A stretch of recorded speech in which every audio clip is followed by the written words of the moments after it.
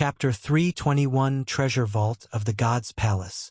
Doli looked towards Su Qi hesitantly and murmured, "What exactly happened? Was the god of anxiety really defeated? How did you manage to do it? And what was that riot just now?" "Don't ask so many questions," Su Qi said. "Right now, answer my question first." Doli was startled. "What? Where is the treasury?"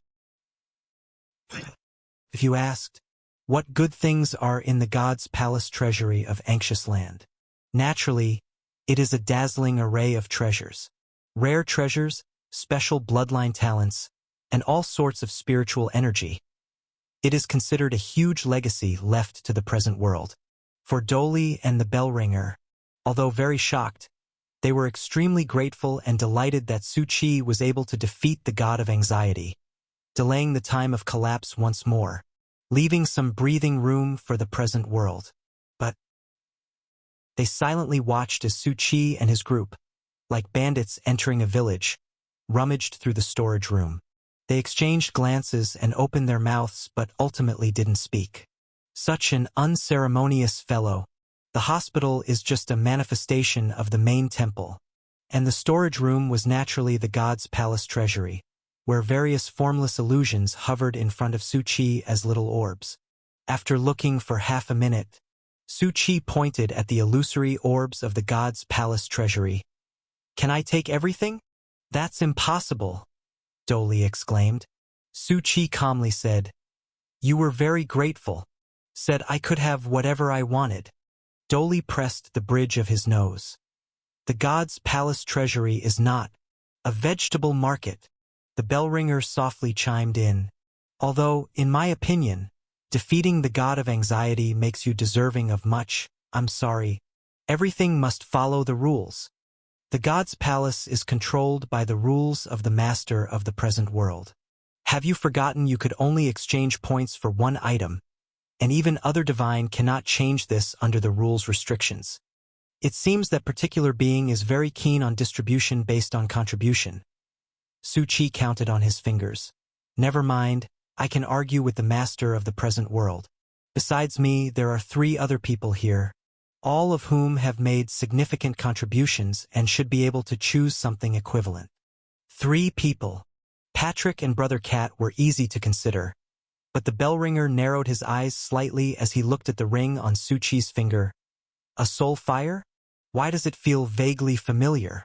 "Brother Huang, say something." The yellow-robed priest was inwardly swearing. "You're doing this on purpose, aren't you?" He was currently desperately pretending not to be noticed, not daring to breathe. He had been chased by this person in front of him for half a year. What if they don't have points? That shouldn't be a problem. Doli spoke lightly. Points are a way of quantifying. If the rules acknowledge their contribution, there won't be any unfair treatment. "All right, Brother Cat. Take Patrick and make your choice." Brother Cat, being an elemental devouring beast that has devoured many good things, is extremely sensitive to energy. It certainly has good judgment, and it also understood very well what Patrick would like. The 2 of them didn't stop them and let them browse through the illusory orbs. They weren't lying. If the rules acknowledge it, then it can be exchanged. If the rules think you are undeserving, then you cannot obtain items of higher value, all of which is beyond their control. "And what about the other person?" The bell ringer pointed at Su Qi's ring. Su Qi smiled. "It seems rather shy. I'll choose for it." Yellow-robed priest. "Damn it. Why does it sound like you want to keep my share for yourself? I've also contributed. And that core treasury. Damn. It's tempting." He had infiltrated the treasury before, but only the ordinary periphery, never reaching the core treasury to choose at will. However, the bell ringer kept watching him unconsciously. The yellow-robed priest felt miserable and couldn't speak out, wanting to act but not daring to. Fortunately, at this moment, the bell ringer suddenly looked outside. The repressive force of Anxious Land seems to have stabilized. "I'll go check it out." It had already reinstalled several core components. As soon as the bell ringer left, the yellow-robed priest immediately shouted, "Su Buxian, I want That item, the faceless illusion. It can hide one's aura, come and go without a trace, severing all tracks. This item was simply perfect for it. I think it's not very useful for me. I don't want it, Su Chi said lightly, stroking his chin. Damn, you're really picking stuff for yourself. Otherwise, I restored your soul power, and I gave you that yellow robe. Act human for once. Dare you repeat that last sentence? Su Chi said softly. Actually, there's another way. What? The yellow-robed priest was taken aback. With a hint of a smile in his tone, Su Chi said, Brother Huang, come be a priest of the Hustlers sect. That way, Brother Huang, you'd have a place to belong. From now on, bringing honor to your ancestors, shining with the glory of the Hustlers, and traversing the 10,000 realms. The yellow-robed priest. It had thought of many things Su Chi might say, but not this. Is the Hustlers sect just something you made up when you were spouting nonsense? Su Chi looked at it strangely. Don't talk nonsense. I have a business license. The yellow-robed priest really wanted to complain, but now was not the time. It gritted its teeth. Fine, as long as you trade it to me, I'll agree. Su Chi looked at it, smiling. Good. Although it was a lie, it wasn't important. The yellow-robed priest was surprised to see Su Chi agree so casually, letting the exchange proceed, but it chuckled inwardly. Young man, still too young. With this item moving through the world, hiding escapes, no one would catch it again. As for becoming a priest, it had been a priest under many a god, always aiming for backing or targeting good stuff. This Hustlers sect. Damn, it had nothing. What the hell did it want a priest for? Priests were meant to manage worldly forces and collect the power of faith for the gods. This Hustlers sect. Could there really be faith in the Hustlers? Who the hell would think of that? Anyway, just pretend to agree for now, wait until everything is ready, then directly take off. They've finished the exchange. Doli also looked at him. What about you? You seem to have spotted the most precious item in the entirety of the anxious land, yet you didn't exchange it just now. From its perspective, now Su Chi, whether in terms of points or qualifications, could take that item away not only throughout the anxious land. In the past, the ancient battlefield had witnessed many die vying for it. Many strong ones, heavenly prides, simply by possessing it rose sharply, and yet were coveted, fought over by powerful figures, leading to their falls tragic ends. The fleeting holders, the solid divine items, because of its power, also because of its cost and the countless battles it brought. Eventually, the master of the present world suppressed it in this place. No one had been able to take it away yet. Some dissatisfaction, Su Chi said lightly. He had seen all the information about the item at a glance. How to put it? It was indeed very powerful, arguably the strongest of the version. Doli gritted his teeth and said bitterly, You're dissatisfied with this? That's something beyond the rules. I'm freaking jealous, and you're actually not satisfied. Don't get me wrong, what I mean is, I'm not satisfied with just taking this one item. Su Chi counted on his fingers. Let's do some math. I can use all my points to exchange for this, but additionally, I've retrieved those core components, defeated the god of anxiety, helped restore peace to the anxious land, and even, he spoke ruefully, I've also lost my weapon. It was the 100-man slaughter blade left to me by my grandfather. I've always cherished it. It was priceless to me. Just by the name, it didn't sound very serious, and the story made up was not convincing at all. Who would believe it? Doli pressed a hand against its forehead, feeling a bit headache, helplessly said, So what exactly do you want to do? It found that talking face-to-face with Su Chi was even more headachy than talking remotely. And Su Chi, dropping the expression, spoke gently. What I really want is to open room number 4. Under Doli's astonished gaze, Su Chi looked down the hallway. I want to talk directly with the master of the present world. Chapter 322, Supreme Harvest. When Su Chi first entered the hospital, he developed a strong interest in room number 4. After all, All other rooms had medical records and were accessible, but room number 4 was tightly sealed, and a sense of strong danger and unease could be felt as one approached. And then, after experiencing much, Su Qi also knew that the entire anxious land, the so-called trials, points, rules, and the protecting strength, all came from one person, that is, the master of the present world. I've said before that everything here shares many similarities with paradise. Whether it was the changes in each world or the point exchanges, it felt like living in the shadow of paradise. Therefore, Su Qi had reason to suspect that the master of the present world had significant connections to paradise, based on the question marks he saw on the door of room number 4. Strong, core, complex, present world were some of the strange words intermittently gathered, leading Su Qi to speculate. He guessed that room number 4 itself was the master of the present world. However, Doli had a strange expression when he heard his statement. It seemed like Su Qi was both right and wrong, until Doli opened the door to room number 4 and revealed the scenery inside. He said, "Look, this is the master of the present world you are seeking." Su Qi paused slightly. The expected arrangement similar to other hospital rooms did not appear.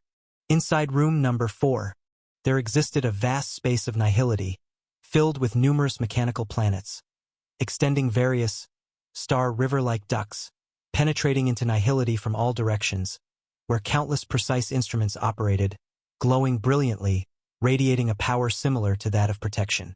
Most importantly, several light balls formed, circulating among these vast machines, each containing the various worlds within Anxious Land. Su Qi also saw, for huge shadows, embedded in nihility like constant stars, all mechanical star rivers flowing from their silhouettes.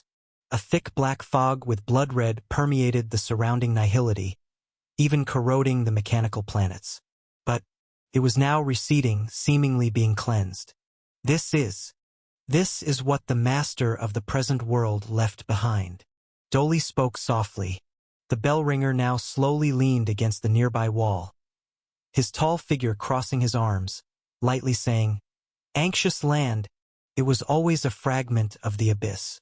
The word abyss I explained earlier, a vast, boundlessly strange, and indescribable sinking world. Though you haven't seen or touched the abyss over this period, you should be able to judge its dangers and horrors from everything in Anxious Land. Su Qi thought of Evil God and nodded gently. It left a deep impression. Having encountered the abyss too often, he now also had a clear outline. The Evil God was still an unreachable T0, but any being from within the abyss was a terrifying entity. Not to mention the vast numbers of cultists and their associated forces below. While Anxious Land, although it's a fragment, he looked at Su Qi. But every second, the strength of the abyss seeps and corrodes. So, the master of the present world segmented all spaces of Anxious Land, refined them, using the god's palace and a vast ceremony as the central hubs, with a few great divinities and divine bodies as a cycle creating such a system. Su Qi nodded. I understand. Simply put, it's like a city's sewer system, channeling all Abyss's powers into the sewers, gathered and suppressed by this here wastewater pool. However, the bell ringer sighed, unlike a city's self-purification, all the filth here can only accumulate endlessly, and everything will only get worse. Doli pointed to several vast hubs among the core shadow planets of nihility. The previous erosion had already reached all cores, teetering on the brink. Now, the part we just drove out has at least provided some temporary stability. But this is like a terminal disease. It's impossible to fully recover, only delaying the moment of collapse. Su Qi was silent, watching the scene. One of the largest, modeled core energies, terrifyingly bright like a burning star, suppressing everything in Anxious Land and providing copious amounts of energy, tethering everything. This was everything constructed by the master of the present world, and that modeled energy supernova was also the most substantial core, the source of all protective strength. Such terrifying power drew reverence and worship from both the bell ringer and Doli upon their gaze. It contains the source of power left by the master of the present world, the core substance suppressing Anxious Land. What exactly it was, Su Qi He only saw a line from within, the master of the present world's fragment of divine bone. It was hard to imagine that the source of power suppressing the entire anxious land was merely a piece of bone from the other party. Such a magnificent being. It appeared that even a drop of blood would carry boundless strength. And Su Chi softly touched his own eyes. The evil god and the master of the present world likely shared similar strength. Having one eye, and an extremely significant one of the evil god at that, likely contained an uncommon power, although currently sealed because it hadn't been unsealed yet. However, it seemed there was no way to contact the master of the present world now, and his myriad questions remained unanswered. Chapter 323, Supreme Harvest. Now do you understand? Doli shook its head slightly and spoke softly. The master of the present world is not here, and you can't converse with such a magnificent being even if you wish to.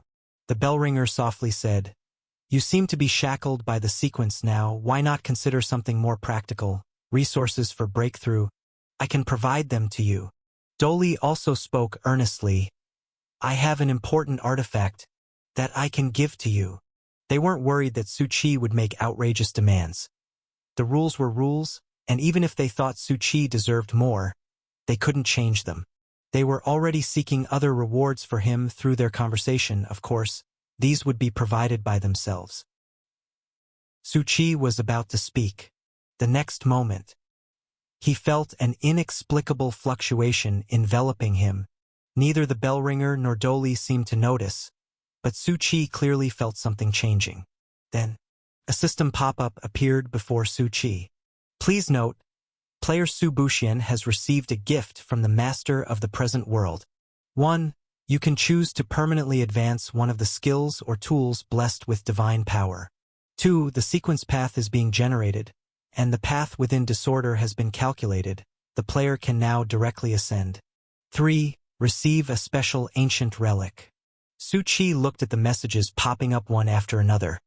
His eyebrows jumped fiercely. What's happening? He looked towards the core nexus in the void. The will of the master of the present world. Was it here? Did it hear my request? And the form of the gift was directly through the paradise system, as if it could connect to paradise as well. Then, can I ask for a few more? Su Chi was just about to tentatively ask. The pop-up appeared again. Please make a choice within 1 minute. It was as if it was reminding him, don't think about it. These are enough. Su Chi looked at the mostly divine power-boosted skills and tools. To be honest, it was quite difficult to choose in the moment, as every artifact and skill was powerful. Blinding and self-destruction were big killers. The former could make someone completely collapse spiritually in darkness and even affect groups, while the latter had an appalling destructive power. Dark Wind Boots could teleport, escape, and break free. The best tool, even if it could only be used 10 times, was still extremely terrifying. After thinking for a few seconds, Su Chi had made a decision. I choose the cube. This thing had an extremely high ceiling, and the functionality was very strong. If he didn't have it, the previous skirmishes and battles with the god of anxiety would have ended in early defeat. Su Chi thought it had a high priority among these options. Player has made a choice. Magic Cube skill has been advanced. Su Chi's vision was quickly filled with the freshly advanced pop-up. Name: Magic Cube Star. Type: Skill. Quality: Legend. Function: 1. Magic Cube Domain. Can form a separate Magic Cube space, able to pull in up to 1,000 targets. Once space is formed, unless destroyed or the sustaining energy completely dissipates, it will persist. 2. 6-sided Rubik's Cube. 3 faces attack, 3 faces defend. When rotating, can freely combine offensive and defensive tactics. Note, what might have been 1v1 before, but now you can initiate a just mob beatdown. After the choice was complete, Su Chi took a deep look at room number 4's void-like area, the master of the present world. Seems also not that simple, and the forces behind paradise, hard to say. All right. Su Chi looked at Doli and the bellringer. Then I won't go in, He sighed softly. I didn't expect there would be no gain in the end. The two of you just now must not go back on your word.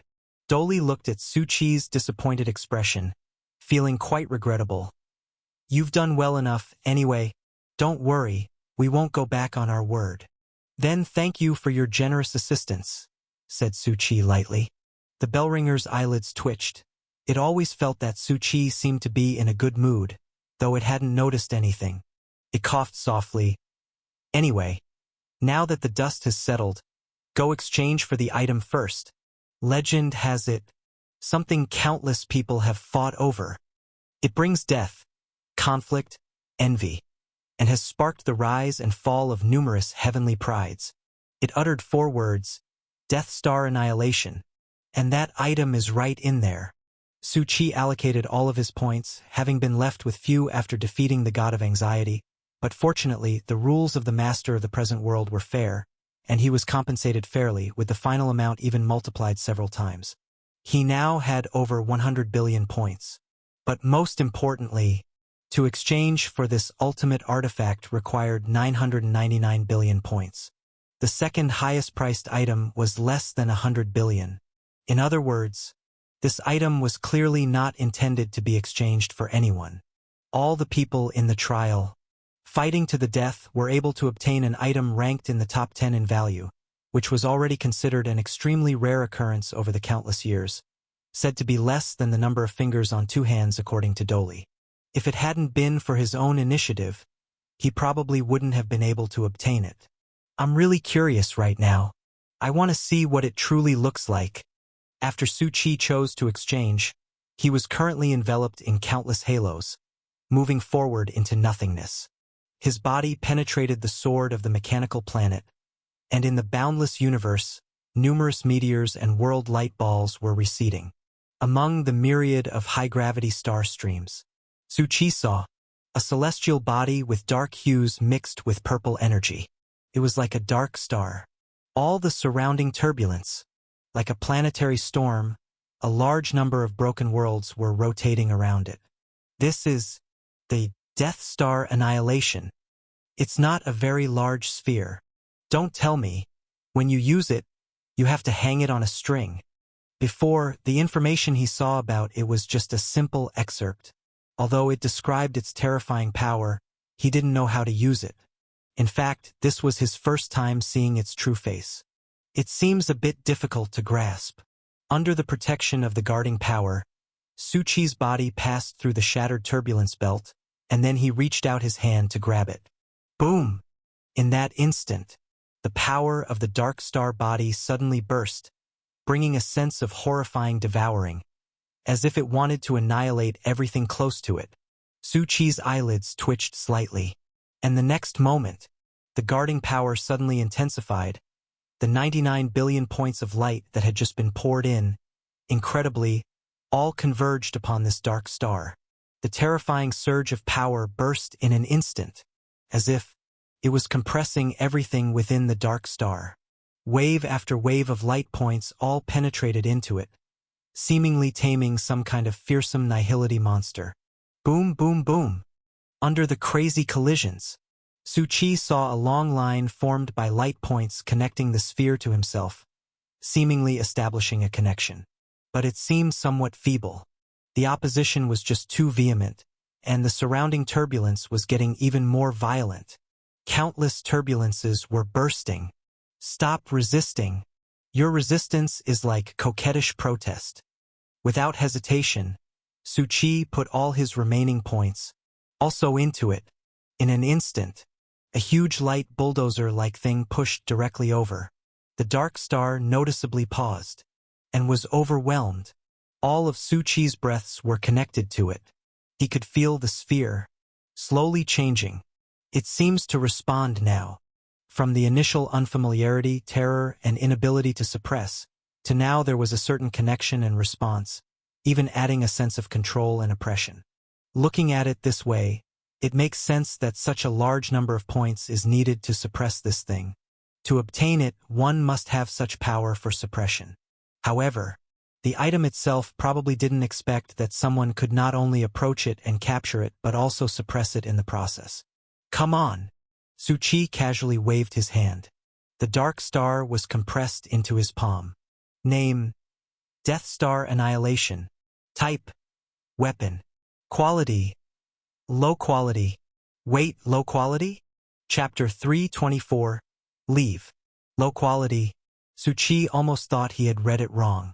Equipment quality is generally divided into low quality, ordinary, excellent, perfect, immortal, legend. He had seen more immortal equipment than low-quality ones. However, when Su Chi saw the introduction of the equipment, his expression faltered slightly. Name. Death Star Annihilation. Type. Weapon. Quality. Low quality. Eternal effect. Can devour items one quality level lower for unrestricted growth. Quality will change according to what is devoured.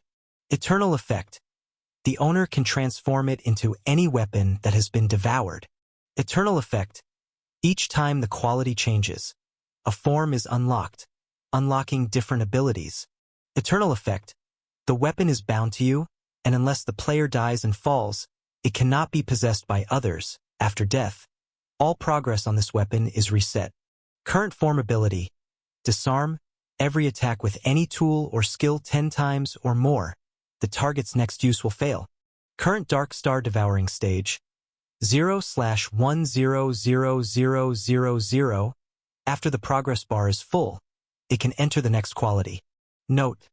Death Star Annihilation possesses endless possibilities, yet no one has ever reached the last step, because every time it appears, it brings bloodshed, coveted by countless people, many of whom fall before they can grow, and no one can truly own it. Su Chi's eyelids twitched. So many effects. This thing also has unrestricted growth potential, apparently needing only low-quality and ordinary items to be devoured to grow. He didn't continue to stay there, because the terrifying chaotic streams around him, as if they had lost their central revolving object, were colliding and collapsing in madness, flinging towards other directions of nihility. Under the protecting strength, Su Chi quickly returned to the exit of room number 4. It seems you've got it. Doli looked at Su Chi. Su Chi nodded. I must remind you, the bell ringer spoke softly. You must hide the fact you possess this item at all costs, as it's invaluable. Whether in ages past or the present world, once exposed, you will become the target of many, eyed by countless. Su Chi curiously asked, if this item is so powerful, why don't the divine beings just take it for themselves? Doli paused. That's its uniqueness, the growth from zero and rejection of divine beings. Every owner must start from scratch, fighting their way up. If a divine being were to obtain it, it would only decay, not even able to cut through a piece of paper. Su Chi nodded slightly. An item that grows alongside its owner? I understand. The bell ringer looked at Su Chi again. Also, there's another important matter. His eyes were profound. The soul within the ring on your finger, you seem to be on good terms with it, but do you know its origins and past? Su Chi didn't answer but said softly, do you know about Grandpa in the ring? Grandpa! Doli was stunned, then quickly grasped Su Chi's meaning. You mean it's now your guide, the one who has imparted all its knowledge to you? Right. The classic combination of a frail ancient soul with a mortal. Listening to Doli's musings, Su Chi could see that the man had read extensively literature, but unfortunately, No. Su Chi softly said, what I mean is, although it is old, its fate is in my hands. It cannot escape. Cunning, betrayal, theft, disguise, the bell ringer stated calmly. It is far more dangerous and cunning than you imagine, because he was about to enter room number 4. Su Chi had already put Old Huang into the item slot. It's not a good comrade, but I believe it can be reformed. After all, I will be the sect hierarch of the Hustlers sect, widely renowned across numerous worlds, at the moment of your complete recovery. Doli laughed. High ambitions, but this is no simple path. The bell ringer didn't deny it but looked at the time. Now that you've finished exchanging, all the others in the temple have also completed their tasks. According to the rules, in less than an hour, all you audience members will be transported away from the anxious land, which will then close. Hearing this, Su Chi said, You really abide by the rules. But since there's only an hour left, then please. Doli was puzzled. What? Su Chi smiled. What I promised earlier. Ascension resources, precious items, my nearly sufficient spirit coins, a 20% share of the God's Palace, and a little favor I need from both of you. Don't freaking add things on your own. An hour later, all audience members were already shrouded in the transporting auroras, about to leave the anxious land. Su Chi didn't enter the other 4 rooms, because all of them were in operation. All their cores had been retrieved, and those gods were making use of every moment to suppress and repair the collapsing barriers and ceilings of the anxious land's worlds. At the same time, they also had to pay a greater price to suppress the thick black fog that gathered but could not be cleared, able to achieve this over countless years. These 4 divine beings likewise possessed terrifying strength. At this moment, the bellringer's puppet outside had also begun to strike the grand ancient bell. Chapter 325. Leave. The bell tolls thunderously. Instantly, it trembled throughout the anxious land, and at the same time, it also reached outside the anxious land. Boom, boom, boom.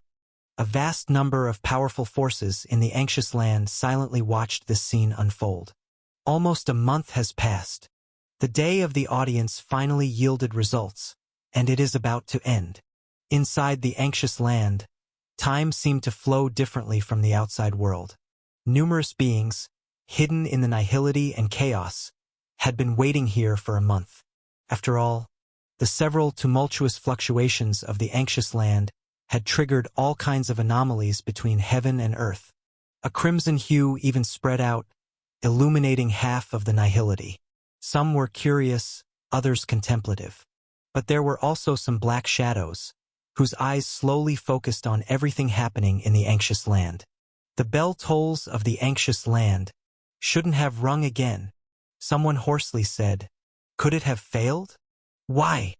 They looked puzzled, each enshrouded in darkness, their barely discernible auras capable of shaking space, and each one's identity and power extremely frightening. Abyss rituals have already provided a great deal of strength. Why has it turned out this way? Now, the god of anxiety didn't see, but instead heard the bell tolls signaling the conclusion of the audience day. What exactly has happened? Someone's voice became as low as possible. They had prepared for so long and planned for so long, only to fail? That massive black fog vortex ceremony that had appeared in the Tentacle Man's world was just an aspect of the Abyss ceremony. Countless rituals from numerous worlds madly extracted everything from each world, all converging to the anxious land, all for one thing. And that was to aid the god of anxiety in escaping its confinement. After this breakpoint was shattered, all seals restricting Abyss power would begin to break, just like a dam collapsing, gradually fragmenting. But now, why did it fail? They didn't understand. At this moment, bellringers and Doli were looking at the office monitors. The unrest, the collapse of the anxious land this time, is clearly influenced by a strong external force. I warned Su Buxian. There must be Abyss power growing wildly within the present world, yearning to bring about a recovery. He must be exceedingly careful. Stay well hidden. Before he grows stronger, he cannot be noticed by the Abyss power. I just want to hear of his name after we emerge. I hope he doesn't fall along the way. The two spoke to themselves. Meanwhile, the aurora from the audience day had already spread into the nihility, and the people were about to appear here. Old Huang, you seem a bit reluctant to leave. Yellow-robed priest said. Nonsense. I haven't obtained the temple's strength yet. It's a shame to leave now. There's just no way to change it under the rules. You're a little too greedy. Su Chi shook his head. Do you even have the right to say that to me? Yellow-robed priest had long seen through Su Chi's character. It still hadn't retrieved its own things till now. Su Chi watched as the aurora engulfed them. After we leave the anxious land, what do you plan to do? Yellow-robed priest coughed. I plan to find a world, hide first, recover my strength, and by the way, glorify the Hustlers sect. The first part of the sentence was the truth. Though the anxious land had not collapsed, in reality, the erosion of abyss power had deepened, and various forces stirred in the shadows. Now, it seemed many ancient beings were awakening. But just because these beings were awakening didn't mean they immediately possessed their original strength. They would require a lot of time and resources to recover. Yellow-robed priest's soul power was already stable, but restoring his body and original strength was not an easy task. As for the second part of the statement, pure bullshit. It would recover its strength and then scamper off. Fine. Su Qi didn't call it out. My yellow robe. Yellow-robed priest tentatively spoke up. Su Qi expressed surprise. What yellow robe? Yellow-robed priest just wanted to flip the bird. What the hell was he playing at? That divine artifact. I need it now as I am weak. Brother Huang was bullshitting. Su Qi saw right through it. Old Huang had plenty of tricks. The weakness was just a pretense. Oh! Su Qi drew out the sound, clapping his hands. That unimportant thing? If you hadn't mentioned it, I'd almost have forgotten. But let me keep it safe for now. Leave me a contact, and remember to call me. Be human, Su Buxian. Yellow-robed priest roared. Gan Wansue appeared beside them, their expressions solemn and serious. Audacious! A mere priest dares to show disrespect to the sect hierarch. Don't be like that, Su Qi stopped them. Brother Huang is not just our priest, but also my friend. He wouldn't do anything. Yellow-robed priest. Are you freaking bored or what? What is this charade all about? There's such a shameless person in the world, arguing over something and feeling utterly demeaned in an instant. You win? Yellow-robed priest took a deep breath to ease the tightness in his chest and spoke. Anyway, once we're out, we'll go our separate ways. When I've recovered, I'll come looking for you. Right now, it wasn't in the best shape, but once it gained back some strength, it would certainly retrieve the yellow robe. And by the way, give this guy a thorough thrashing to avenge its current frustration, defeat, and all the massive losses. Su Qi also looked at the information on the ring, well aware of Old Huang's intentions. But it didn't matter. Take this with you. He took out a chip with the Super Dream Protocol subsystem, an active neural chip that could be considered a newly developed base station or electronic shrine. Chapter 326. Leave. The yellow-robed priest used the soul fire to absorb it into his own inner space as he took a glance. Such a strange strength. The complexity inside. I can barely see through. Barely seeing through it was just right. In the last hour, Su Qi had asked Doli and the Bellringer to significantly modify his Super Dreamchild Agreement shrine. Su Qi spoke softly. It can form a base centered around the Hustler's Chamber of Commerce, with all functions intact, just like playing Red Alert, collecting resources, constructing buildings, and so on. By then, you can develop the Hustler's base while recovering your strength. The yellow-robed priest widened his eyes. You really know how to keep me busy. I'm doing it for your own good, Su Qi said to himself. Think about it. Since you need to cautiously recover your strength, you inevitably need an inconspicuous external identity to better hide yourself. The yellow-robed priest remained silent. He found himself completely manipulated, and the worst part was that this guy was making a lot of sense. He still accepted it anyway. The Hustler's sect could develop, and meanwhile he would owe this guy a favor. However, eventually, when this guy finds out that terrifying gods like the evil god had their stuff stolen by him and that he was wanted in the 10,000 realms, I wonder what his expression would be. Gan Wansue slowly disappeared. Su Qi watched as the aurora twisted and changed. All right, brace yourself, we're leaving. Patrick and Brother Cat had already returned to the magical conch to rest, silently joining the Hustler's sect, including a whole bunch of Brother Cat's old relatives. The yellow-robed priest watched the aurora seeping. He spoke softly. Anyway, I still need to remind you of one thing. Do not expose anything related to the anxious land. After all, you must have obtained something significant there. Quietly hide it and survive. Survival and rising is the way. Su Qi replied, Thank you for your guidance, esteemed senior. I will remember it. The yellow-robed priest hesitated. He had already formed biases, and those words sounded very awkward now. The next moment, the aurora flickered. Su Chi was finally transported away from the anxious land, appearing on the vast, desolate, and floating rainbow bridge of nihility, and he saw other audience members already here. Brother Su. Night Guard and others immediately spotted Su Chi and joyfully called out. For many of them, they were unaware that the god of anxiety was about to escape. They merely thought it was all a trial. Su Chi waved his hand. The day of the audience is coming to an end.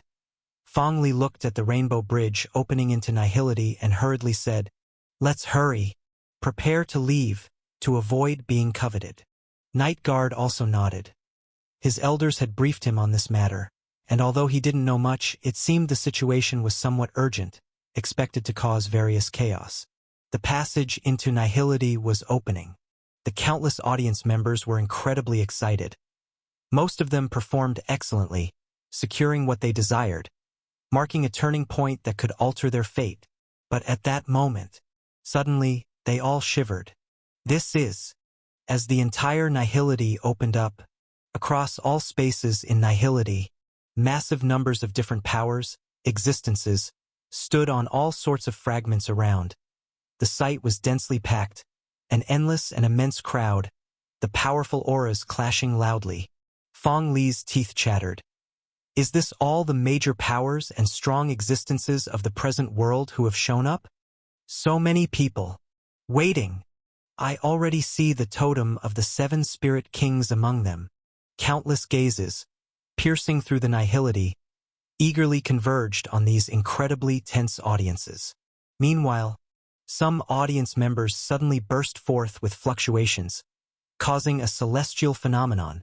There were also audience members shining brightly, emitting light from their bodies, and many other audience members had various large illusions surrounding them. Su Chi felt something ominous. Did they buy special effects? The yellow-robed priest vaguely remembered something, with soul fire trembling slightly. No, using the strength of gods will inevitably carry the aura of gods. Under the rule, it'll only accumulate in the body. But after leaving, all previous traces will burst out, causing miracles or phenomena. Su Chi already felt something. He looked up, towards the terrifying light soaring above his head. Weren't Dolly and the bellringer saying that becoming famous was a really difficult thing? Su Chi's lips twitched. Now, I just want to say, it's that simple. He was about to be opened. Damn. Chapter 327. Stop adding. Nihility and chaos, as vast as the cosmos, where star cores twinkled. One could see various brilliant points of stars. And many high-sequence beings were in that nihility, looking down at everything. Some hid in the void, while some forces manifested their own totems within the void. The present world has never been a new place. Though countless eons have given birth to many new worlds and struggling life forms, traces of various ancient eras seem to have disappeared without a trace. But in fact, most are continuations of ancient powers. After the great war of yesteryears, what remained? The ancient surviving forces, some were still developing, accumulating strength, continuously growing. And a large part chose to hide themselves. After the ancient battlefield shattered, the era of great chaos arrived. Many ancient forces lost their protection and would inevitably be coveted, so they could only hide, accumulating strength, waiting for the moment when their mighty ones would awaken again, or to start anew, appearing with a different identity. In any case, to sum it up in 4 words, someone's up there. They're just still sleeping. The Paradise System has already ended the day of the audience. At this moment, the people of Paradise were also within deep space, quite populous, each with a somewhat solemn expression. Most of their strengths were around Sequence 5, considered the backbone of force. The real Paradise management layer, those high-sequence beings, also did not show their faces. Mostly it was the middle and high ranks of the forces waiting here. The real high-sequence beings could be absent, but they couldn't be totally uninvolved. At this very moment, a rip was torn in the nihility, and the dazzling aurora penetrated from the dark space of Anxious Land. "They're coming out." Countless gazes turned towards that direction. Anxious Land was the publicly known trial ground of the God's Palace, but it contained many secrets. Many knew it well, with extreme risks, and yet a vast number of people were scrambling to get involved. After all, although in the long bygone ancient years, God's palace had fallen into ruin, into silence, its treasury possessed the stuff of countless people's dreams. With a loud bang, an array of auroras formed the Rainbow Bridge, instantly piercing through the darkness of nihility. Numerous audience members appeared on the Rainbow Bridge. So many people? Someone's eyes flickered, and some noticed a little something. The aura on them seems a bit different. It seems they've gained more than expected. Some could see through the void and speculate further. One can only say, there's going to be competition this time. A plethora of forces, like the heavens themselves, were observing everyone. Since it was the last audience day of the new era in these silent years, whether it was the Eye of Destiny making selections from the 10,000 realms, or the mighty descendants sent by various major forces, their scale far exceeded any before. Crowds of audience members were looking in amazement at the numerous deep space forces. Quite the naive new era. Their bewildered eyes, it seems they need guidance. Let's start the selection, then. The higher-ups of the many forces were calmly watching this scene. For them, other than the people sent in, the new stars selected by the Eye of Destiny from different worlds, 99% of them had no background at all. And that played right into the hands of countless forces. They could bring them into their forces, offer sanctuary, entice, shelter, and cultivate, and so on. These new stars, all had decent potential and with resources spent on their cultivation, could grow very rapidly. But there was another significant possibility: plundering. Many forces only needed the items obtained from Anxious Land, not the person. Investing resources in them was less appealing than taking the rare treasures they had obtained for the use of the force. In short, methods were complex and entangled, and intentions varied from one to another. And the next moment, the traces on the audience began to burst forth, the expressions of the countless forces showing subtle changes, suggesting surprise or sympathy, pity, looking at the bewildered audience members, as if looking at ants. Ha ha ha! Someone laughed lightly, a strange laugh. I told you this time it was different. Every contact trace on their bodies has burst forth, meaning all the items they acquired can also be deduced from these illusions. Many of them were already flipping through ancient books and records. The expressions of the numerous forces began to turn to extreme shock. There's a divine dragon seal, and that piece of black bone belongs to an epic figure from a demigod clan.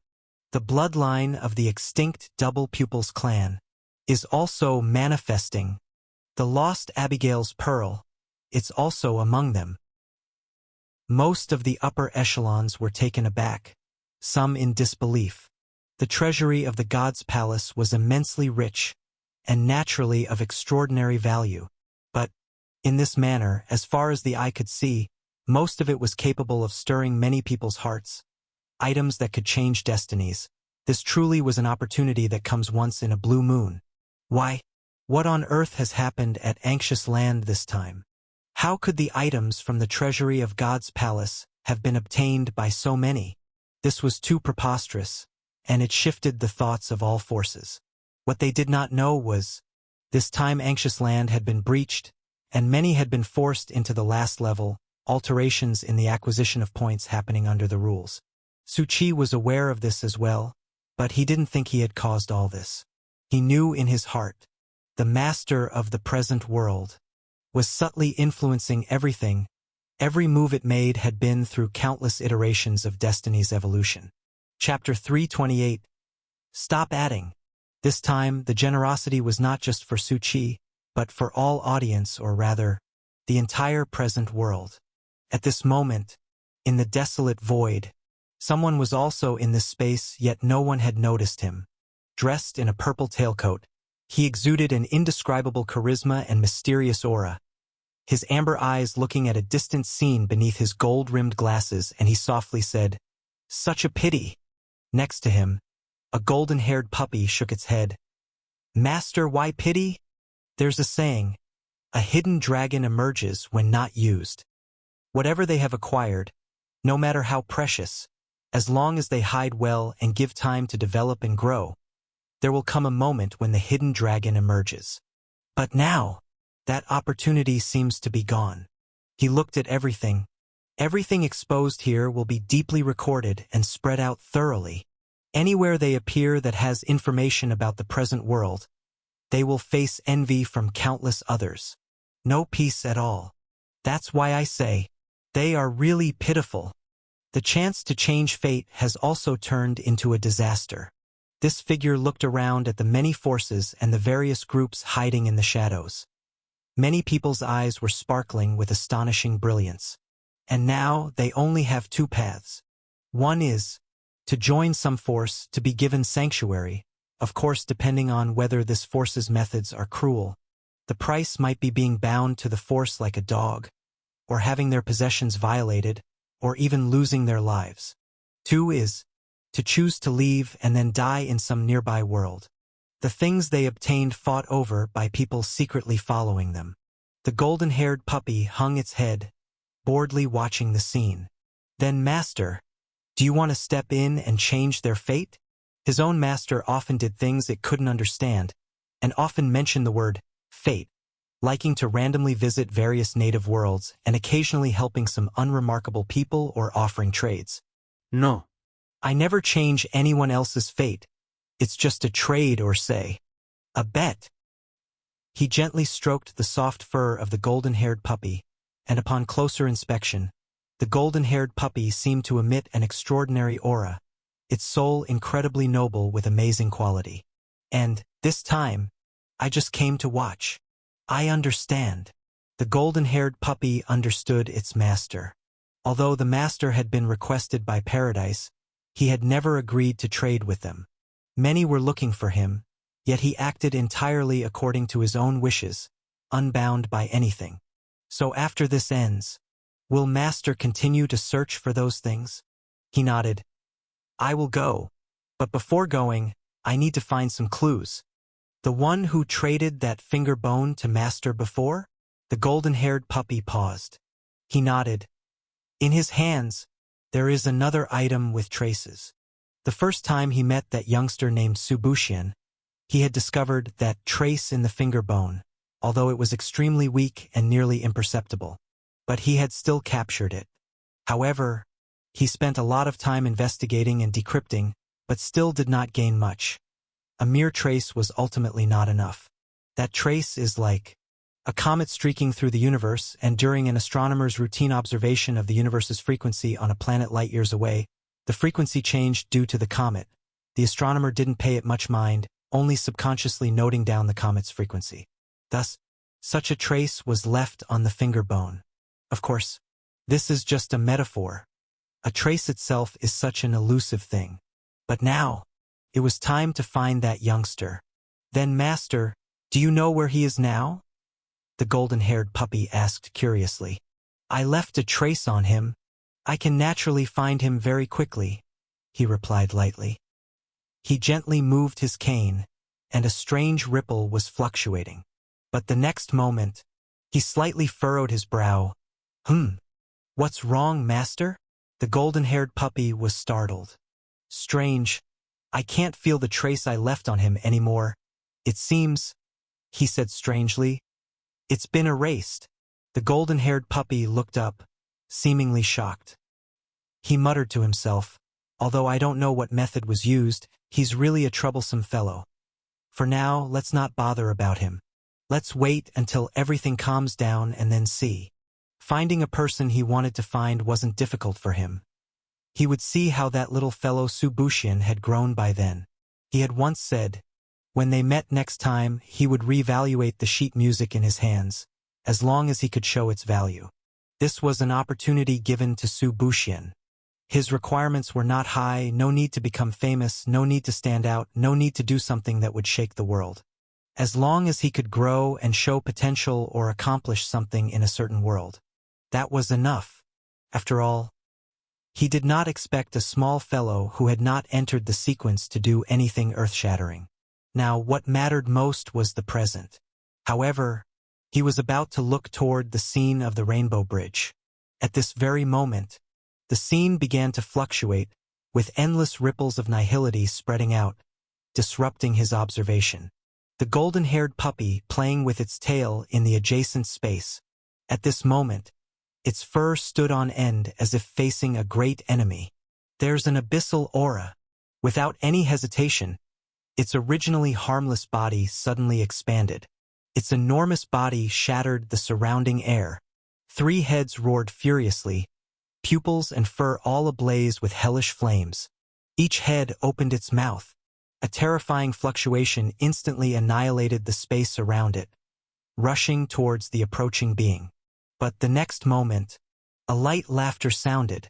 A surge of intense black fog erupted, immediately suppressing the recent annihilation.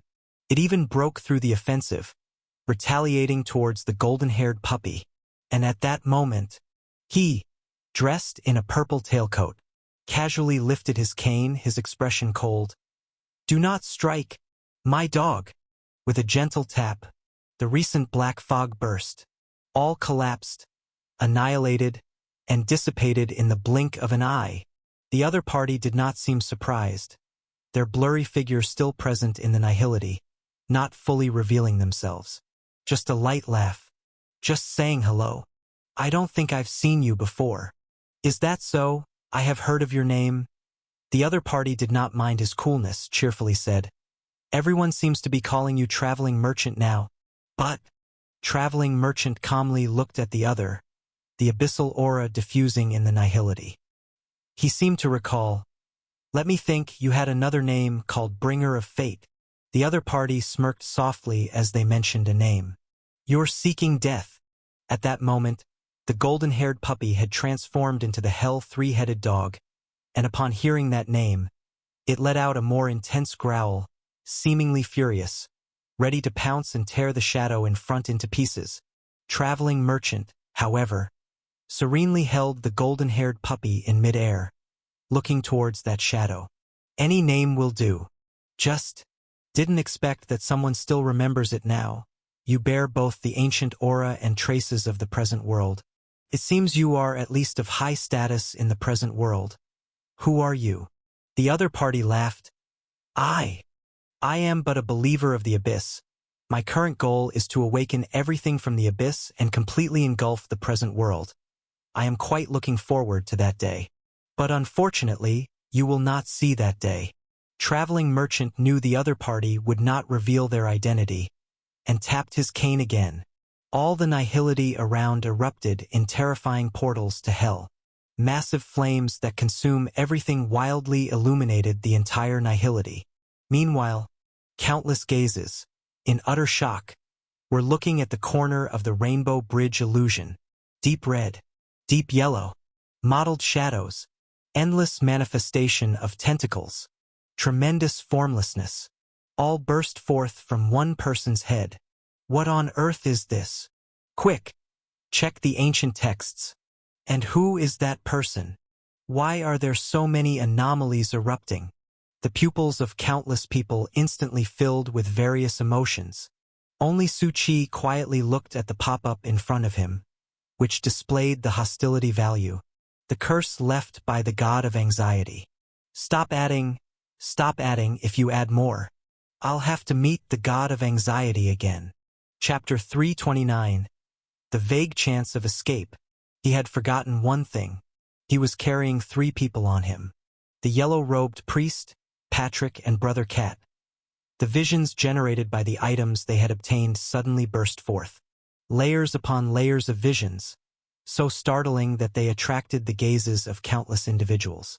After all, the items they had exchanged for also possessed values surpassing that of most people. Now, what should we do?" The light of yellow-robed priest's soul fire trembled slightly. It had wanted to escape for quite a while, to hide away quietly on its own. But Now the situation had turned into this. What else can we do? Brother Huang, you just burst seed and suppress them, and we leave this place in style, Su Qi said, feeling the countless eyes around him. Yellow-robed priest. Burst seed my ass. Even if we were to release all of the power of Yellow Robe, we could at best reach the strength of Sequence 3, and that's the limit. And it looked solemnly at the void. There are many powerful beings here. It could see some Sequence 2 existences, and some even carried an ancient aura. One must know, under the rules of the present world, no one could break through Sequence 2. But that didn't mean everyone's strength was the same. Accumulated strength was gathering like a dam, waiting for the moment the restrictions would break, to fully burst. Countless forces around them whispered, their eyes flashing with amazement as they checked ancient texts. Each time they saw an item, shock and greed appeared on their faces. No matter what's happened to him, we must get those items. We can't let the other audiences get away either. We must compete. Su Qi looked at the sky full of question marks. A torrent of information appeared in his vision. Actually, I have a better way. I put you down now, and then Brother Huang, you attract their attention while I escape. You son of a bitch. Regardless, the current situation was extremely bad. The numerous forces, the beings in the nihility, each of their strengths was not something a low-level sequencer could compare to.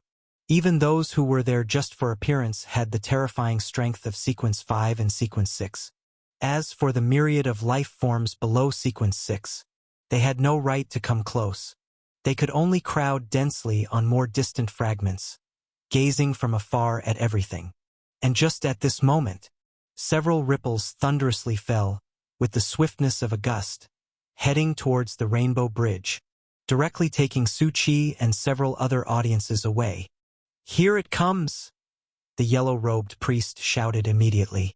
Su Qi knew someone was going to make a move and conjured up spiritual energy. He was actually about to transfer them himself. Although this was a good way to leave, he knew that the place they would be transferred to was inevitably a trap. However, he didn't need to lift a finger. Boom! Someone nearby had already acted, shattering the recent wave of ripples. A calm voice came through. Some people, why be so hasty? Wishing to take him away in such a situation, not taking us into account. And the force that had just acted replied with a cold laugh. Just trying. The transmission of spiritual energy in deep space echoed ethereally. The audiences also came to their senses, their expressions growing solemn, as even people from the native worlds understood what was happening now. I know what you all want to do. But another voice spoke softly from deep space. Now, we should first lead our own forces people back. Agreed. All of you, it's time to return. The Rainbow Bridge pulled forth multiple pathways, as many forces had sent quite a few people to fight for the items in the God's Palace's treasury. Now having their gains, they naturally first sought sanctuary to prevent falling into others' hands. Fong Li also saw his own family, looking at him with heavy expressions before starting to lead. And the high-ups of Chaos Commerce merely glanced at this, raising their eyebrows slightly and reaching out to obstruct. My lord! An elder wearing a horse-faced tunic from Fong Li's family trembled. The vision on his body is a rare treasure, you all, the high-up tapped lightly, are not capable of handling it. With these words, the faces of Fong Li's family turned pale. But, relax, we of Chaos Commerce are an organization with principles. Fairness as our focus, you will be compensated. The words were calm without ripples, but in fact, everyone felt disheartened to their core. Fong Li also saw the guiding path was cut, with only the guiding ripple leading towards Chaos Commerce approaching him. It was as if he understood something, his expression showing a change. Resentment, anger. He clenched his fists tightly. But upon seeing his own family, he helplessly let go. Everything he had fought so hard for still would not change his fate. The enormous forces would only take everything away. But there was no way out. He could only reach out, slowly pressing towards the ripple. Don't rush. Su Qi spoke up softly. There's another path. Fong Li was taken aback. Then he saw, in front of them, Paradise was also exerting force, starting to lead. "We come from Paradise." Night Watch looked at Fong Li, and feeling the heavy pressure around, spoke softly, "Come with us." Among the numerous forces, Paradise too had a not small reputation. After all, 3 managers also protected many areas, and various people from Paradise often appeared in different worlds. For a moment, the higher-ups of Chaos Commerce lightly frowned, their gaze moving towards the direction of Paradise, some showing a faint smile. "Respect the fate and choice of others. Hee. Since they are people from Paradise, taking him away is fine too." Chapter 330. The Slim Chance of Escape. The upper echelons of Chaos Commerce chuckled softly and did not react violently. Businessmen, unless absolutely necessary, would avoid outright conflicts with reputable organizations. Of course, this part of the cost naturally had to be recuperated through the channels of commerce and Paradise. They were never known to suffer losses. "Brother Su, you're also coming with us." Night Guard looked at Su Chi with a somber whisper. Currently, the Paradise system hadn't provided an escape portal, and the players on the Rainbow Bridge could only rely on the Paradise's guidance to temporarily evade the crisis. "This talk?" Su Chi looked toward the guiding ripples. "I also want to leave. Only, however." He reached out his hand. The next moment, the guiding ripples of the Paradise shattered under several forces. "What are you trying to do?" The individuals of the Paradise grew solemn. "We're not doing anything," the upper echelons of various forces calmly said. "It's just that you cannot take him away. The ancient Formless has already become a legend, a vanished clan, an anomaly. The strange and unpredictable creatures of the deep sea, and the various supernatural elements on his body. That little guy possesses an infinite value, a precious object coveted by numerous forces. I can state it plainly. You, Paradise, cannot protect him." This cold, calm voice echoed across the entire Rainbow Bridge, resounding through deep space. Many audiences also fell silent. They, without backgrounds, without strong protectors, were in the same situation. "Brother Su." Night Guard's expression trembled. Although Tentacle Man had never seen such a display, he had no intention of escaping either, muttering as he looked at the sky dome. "Is there still a chance to escape? You all go first." Su Chi smirked. "Don't worry about me. I have a way." Naturally, the others did not believe him, but Su Chi gave them no chance and directly manipulated the Rubik's Cube, pushing them into the ripples. The forces did not stop them as their target was already clear. Su Chi was the highest priority, followed by the abundance of audience. "What you just said, I felt you were trying to be tough." The yellow-robed priest spoke weakly. "Under the current circumstances, the chances are extremely slim. I say don't rush. Worst-case scenario, we fight them to the death." "You used the wrong phrase. That's not fighting to the death. It is dying to prove a point." Su Chi ignored the yellow-robed priest. Although he looked gloomy, he was actually channeling strength into Brother Cat. They were all looking for a way to escape at this moment. "Brother Cat, how are things going?" "Meow." Brother Cat's voice came from the magical conch. "Need some more time." Su Chi raised an eyebrow, unable to make any moves, as all eyes were focused on him. At this moment, the only hope for escape lay with Brother Cat and Old Huang. Old Huang could break the restrictions. Brother Cat, as an elemental devouring beast, could travel through space, and he also had a group of his old relatives, all exerting their powers together. Patrick was also channeling the strength from his body into it. At that moment, a deep voice reached Su Chi's ears, a vague sound penetrating space and nihility, unnoticed by the surrounding powers. "Don't panic. We're trying to find a way to get you out." The voice had a remarkable sign, carrying a slightly different feel, exuding the presence of a higher being. Even though Su Chi couldn't see the other, he recognized their identity. "You are from Paradise. You may call me Manager." "All right, Mr. Manager."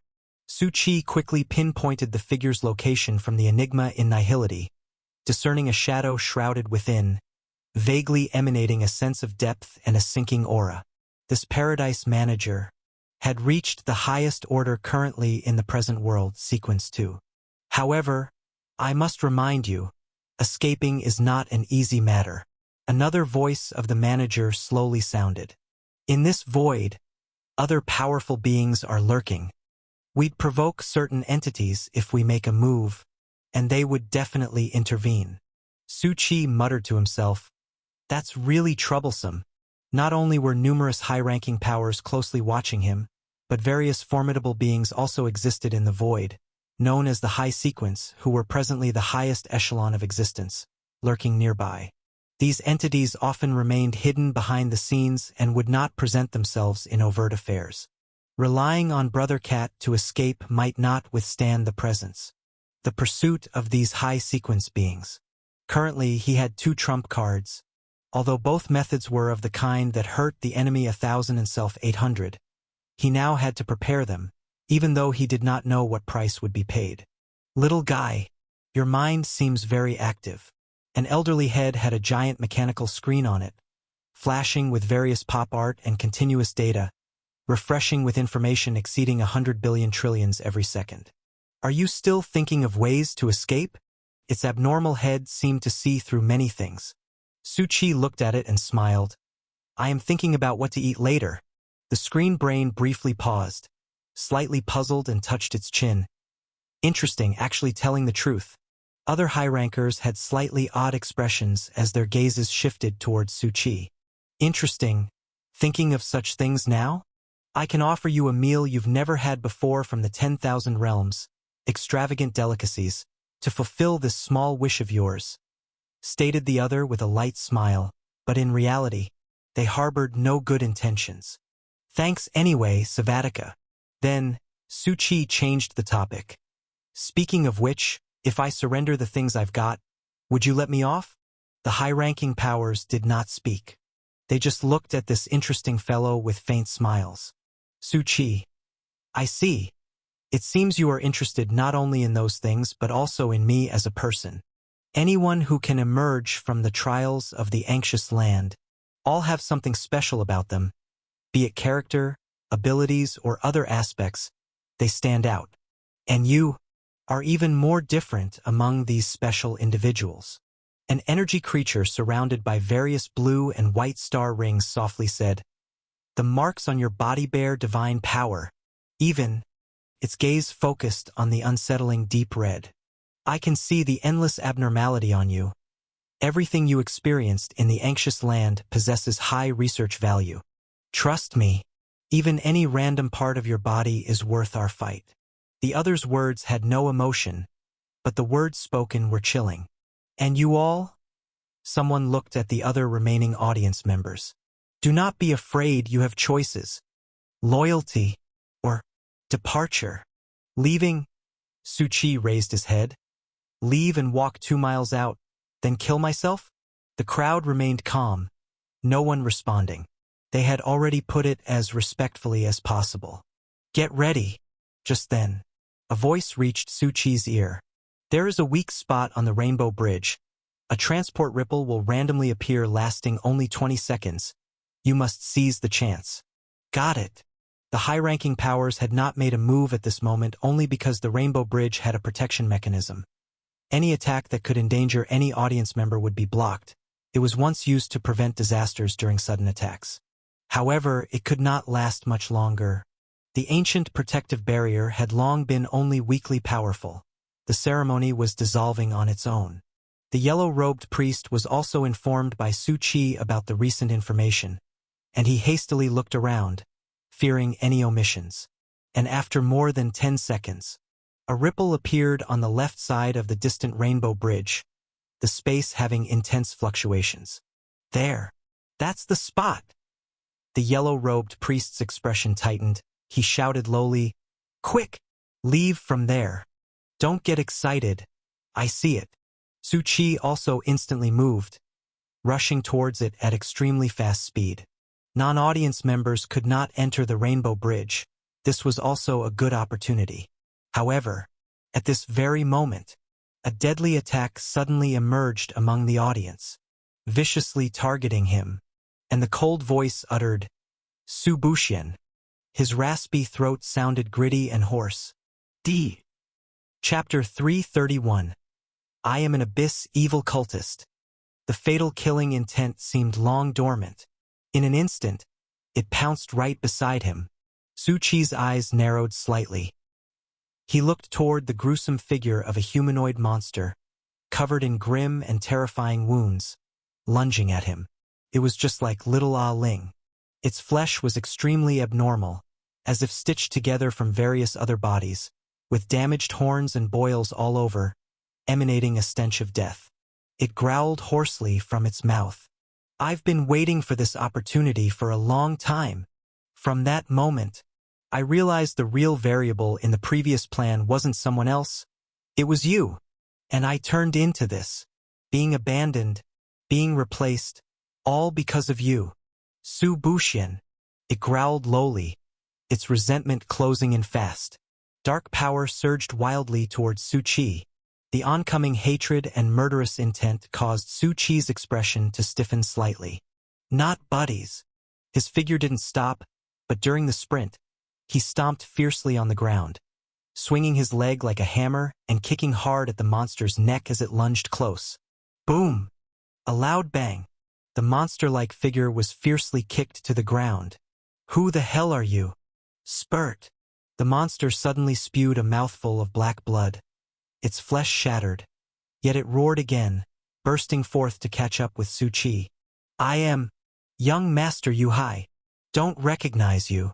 Su Qi didn't bother with it and moved swiftly towards the ripple fluctuation, a variable subtly manipulated by the Paradise Manager. Such entities wouldn't usually intervene directly, as the high sequence holders seemed to have their agreements and restrictions.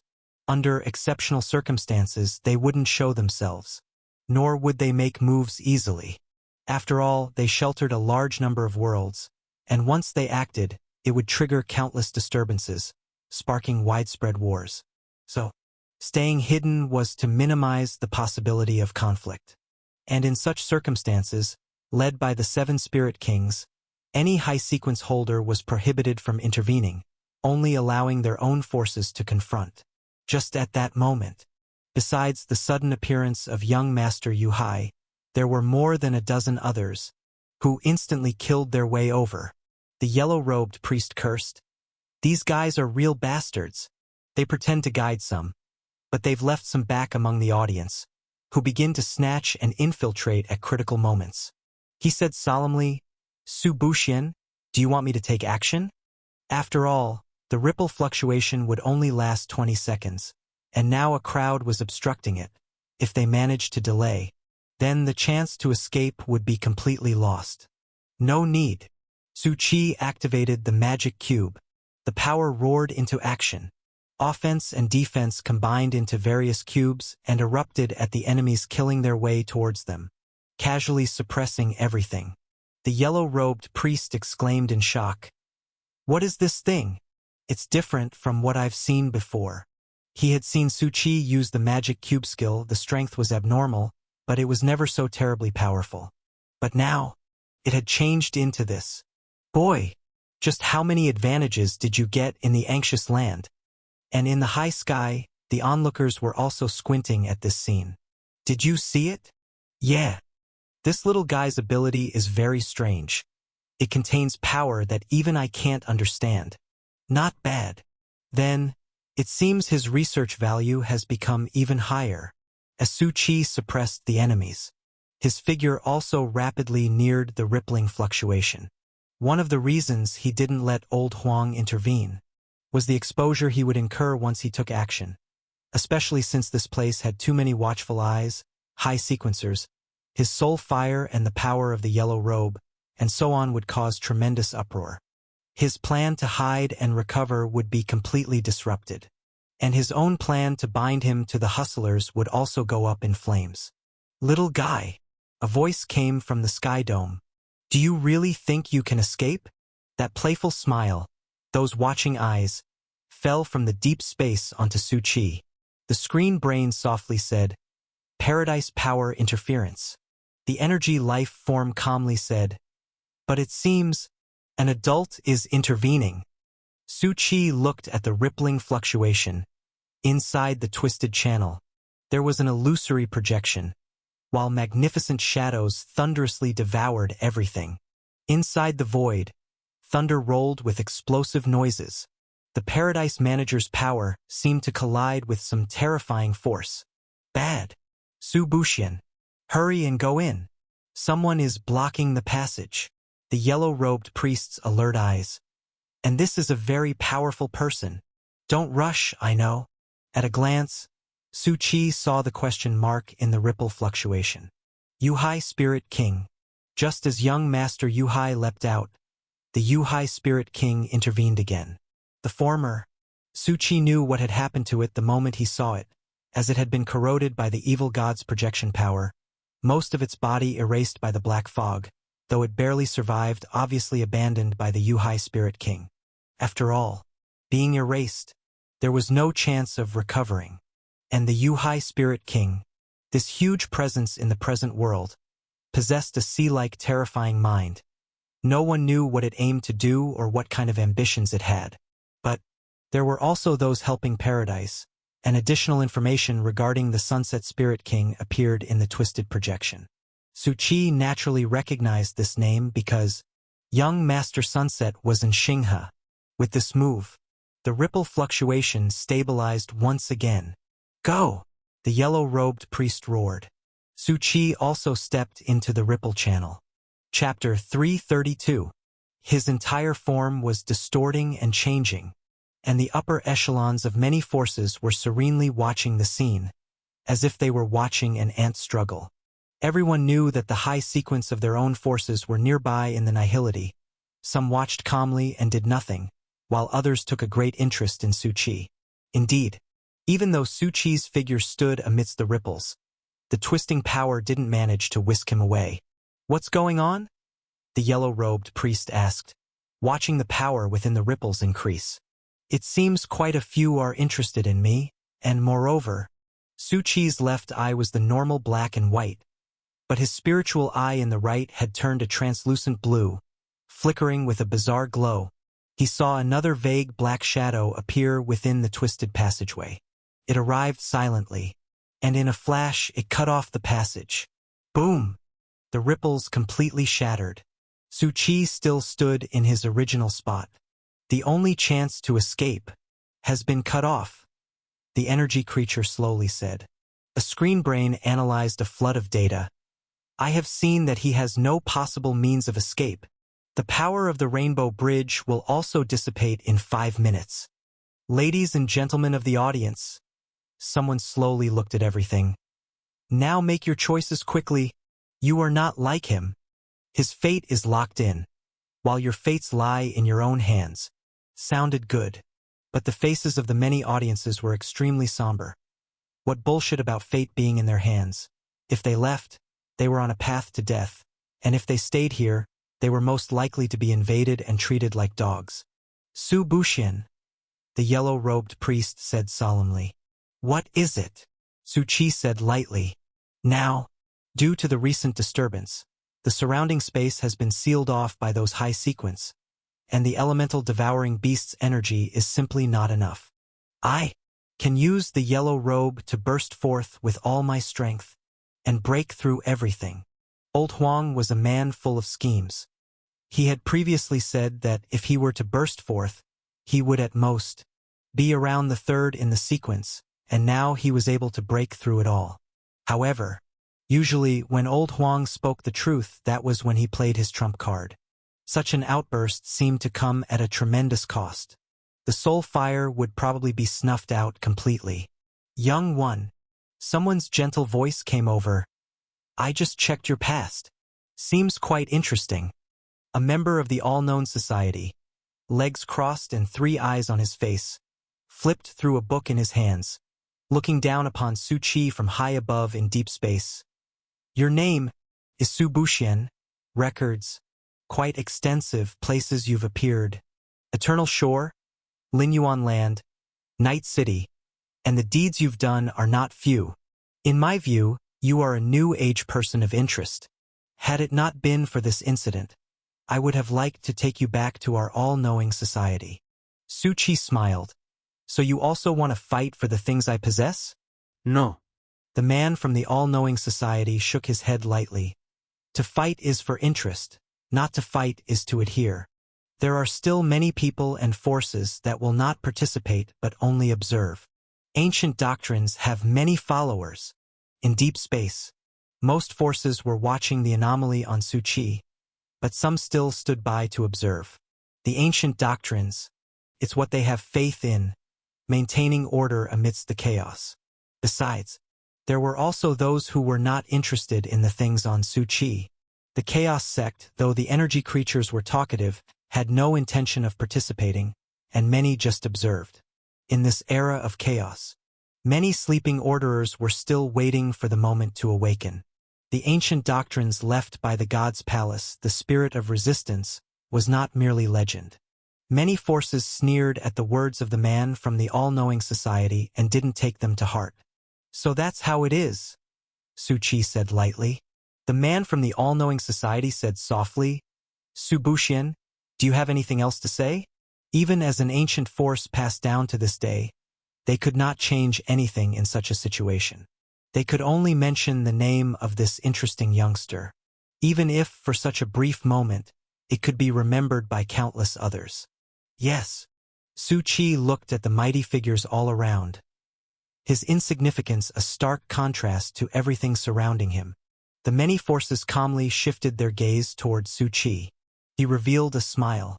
Ladies and gentlemen, I am flattered by everyone's interest in me. You all seem to have a tremendous curiosity about my experiences in the anxious land. Why don't I tell you all about them now? The many forces raised their eyebrows slightly. He slowly extended his hand, revealing the black totem on his body, as the power of the black shadow gracefully lingered. That is, someone's pupils flickered slightly. Does it look somewhat similar to the totem of that terrifying existence? And it has the aura of the abyss? A believer of the abyss? Someone gazed intently and sneered coldly. Others quietly covered the totems on their bodies with their clothes. Although everyone present claimed to be a force of the present world, in reality, it was a mixed bag with many loyal cultists simply hiding amongst them, never to be discovered. A senior official chuckled lightly. The name of the abyss. That's an additional sin. Dealing with you, we are still in the right. The members of the all-knowing society fell silent. They could speak for ordinary people, but if it was someone from the abyss faction, then that person was an enemy. The totem on Su Qi's body was manifesting copious black shadows. All I want to say is one thing. Please distinguish me from those ordinary believers. Behind him, a massive number of black shadows burst forth. Hundreds, no, thousands, tens of thousands. The Black Shadow Corps and Gon Wansue, all cloaked in black robes, plummeted, manifested, and a large number of ghost faces roared as they charged out of the totem. Among them, there were also those ancient monsters previously attracted in the abandoned factory. There were hundreds of them, and each looked woodenly around. The complexions of the many forces present changed. Those black shadows had a very strong abyssal aura.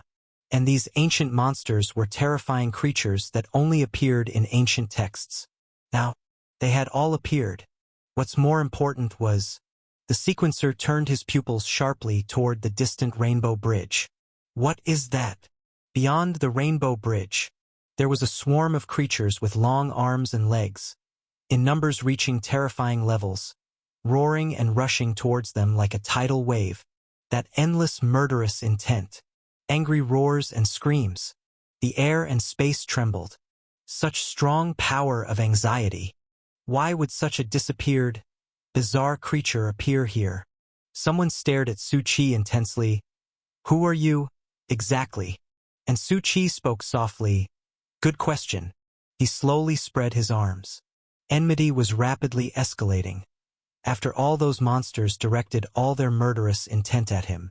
At the same time, the blood fury value was also skyrocketing, instantly reaching the number of a curse.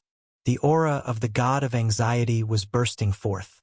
Its will had been suppressed, but its power was still circulating in various worlds of the anxious land. At this moment it was converging across all boundaries.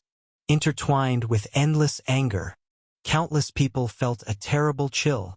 After all, this was a curse laid by the hand of the god of anxiety, at the moment of descent, meant to tear Su Qi into 10,000 pieces. A deep crimson phantom was already condensing. Numerous people's eyes widened, those of high sequence. The 7 spirit kings' expressions revealed fear. Their eyes were fixed on this side, and Su Qi had already slowly begun to speak. I am the abyss god of endless abyss, the master of crimson fear, the legendary god of anxiety. His voice wove above the rainbow bridge, echoing in everyone's ears. The ordained abyss evil. Su Buxian, terrifying power and aura burst forth, under the monstrous roars of endless creatures. Crimson light reflected everything. Everyone was completely shocked. Their eyes revealed fear, dread, and some were amazed. After a moment of stunned suspicion, eyes filled with madness and reverence. And the yellow-robed priest was also dumbfounded. What on earth is going on? Chapter 333.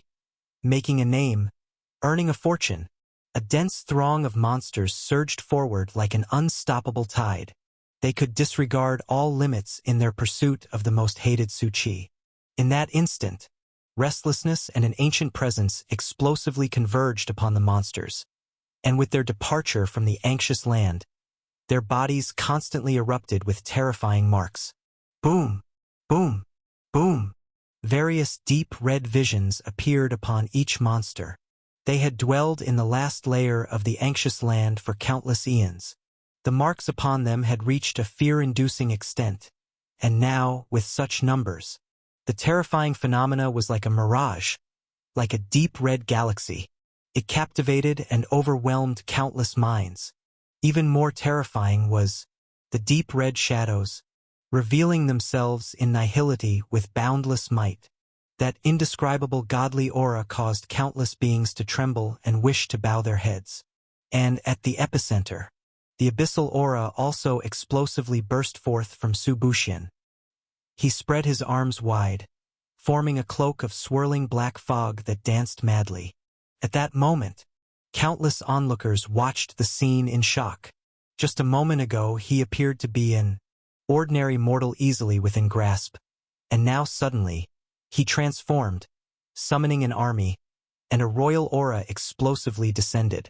And as Su Qi looked at the myriad of solemn, urgent gazes, he softly began to speak. I just blow a breath. His voice, carrying across the deep space, was distant and ethereal. The stars all fall. Upon his declaration, the next moment, the deep red shadows and numerous monsters, as if responding to his words, roared with terror. A deep red gale furiously swept forward from behind Su Qi, the fearsome deep red power. As if to destroy everything, it exploded violently in all directions. Everyone's expression drastically changed. Quick, retreat. They retreated in fear, instantly vanishing from the spot. They were afraid. Endless rage and murderous intent, palpable as if physical. They threatened to completely submerge them. This aura, this power, they could not be faked. The Rainbow Bridge was already on the verge of collapse. The surrounding seals were also gradually disintegrating. They were swiftly approaching. The terrifying deep red phenomena seemed as if they would devour everything.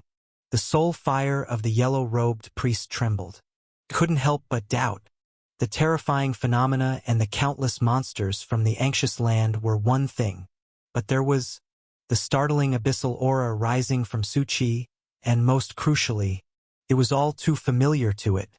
The aura was indistinguishable from that of the evil god of the abyss.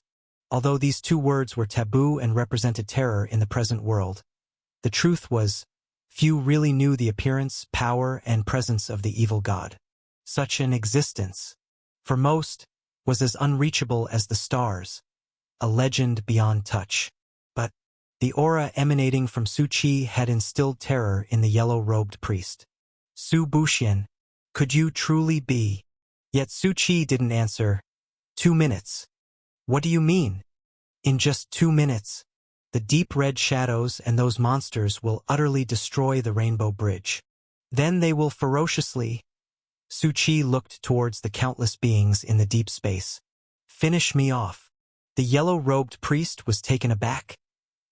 What the hell are you talking about?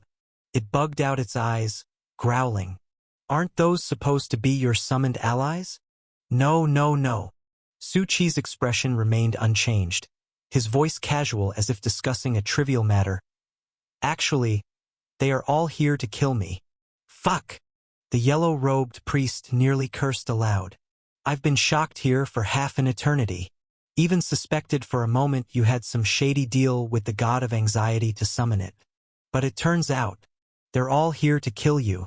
Suddenly, all that you've just said. Fake. The various displays of power that erupted just now. Pretty intimidating, right? Su Buxian. The yellow-robed priest looked towards the countless beings in deep space, including various high sequencers hidden in nihility, who also seemed to be looking at the deep red shadows with extreme surprise and apprehension. This guy had deceived everyone. You— awesome. Forget the awesome. Su Qi still maintained his imposing demeanor. Once the Rainbow Bridge is destroyed, the surrounding blockades will be disrupted.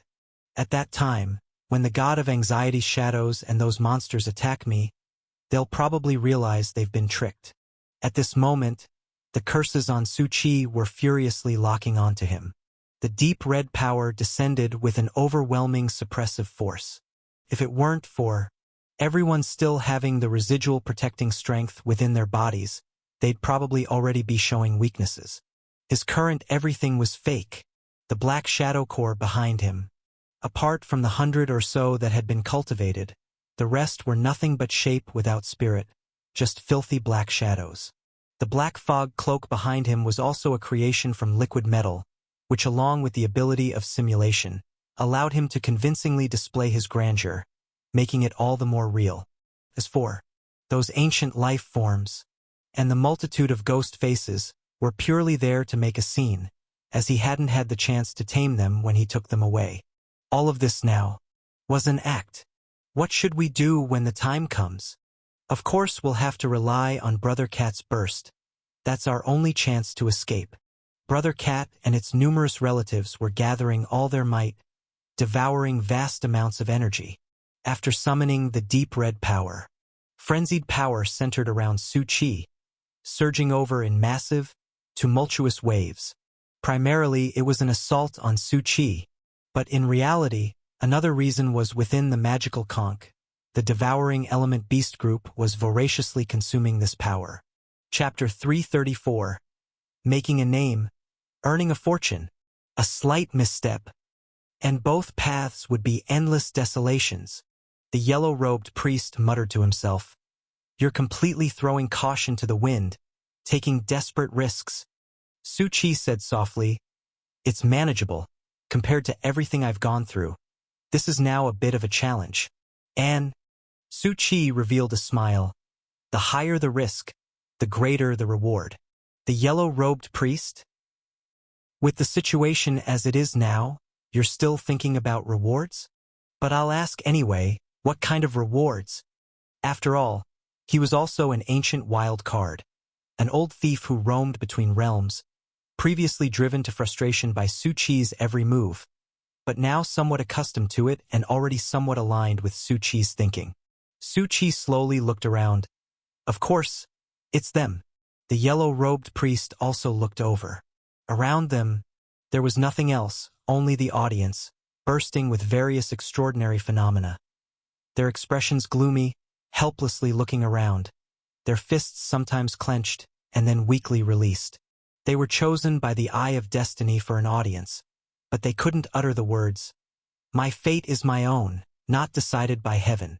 Most of them came from native worlds, with no guidance from the powerful, no organizational forces, and no room for growth. They had nothing. In such a situation, no one could offer sanctuary. There were only high and mighty indifferent gazes from above. At this moment, the Rainbow Bridge was in grave danger. As soon as the deep crimson shadow, the power of the god of anxiety appeared, everything was forbidden.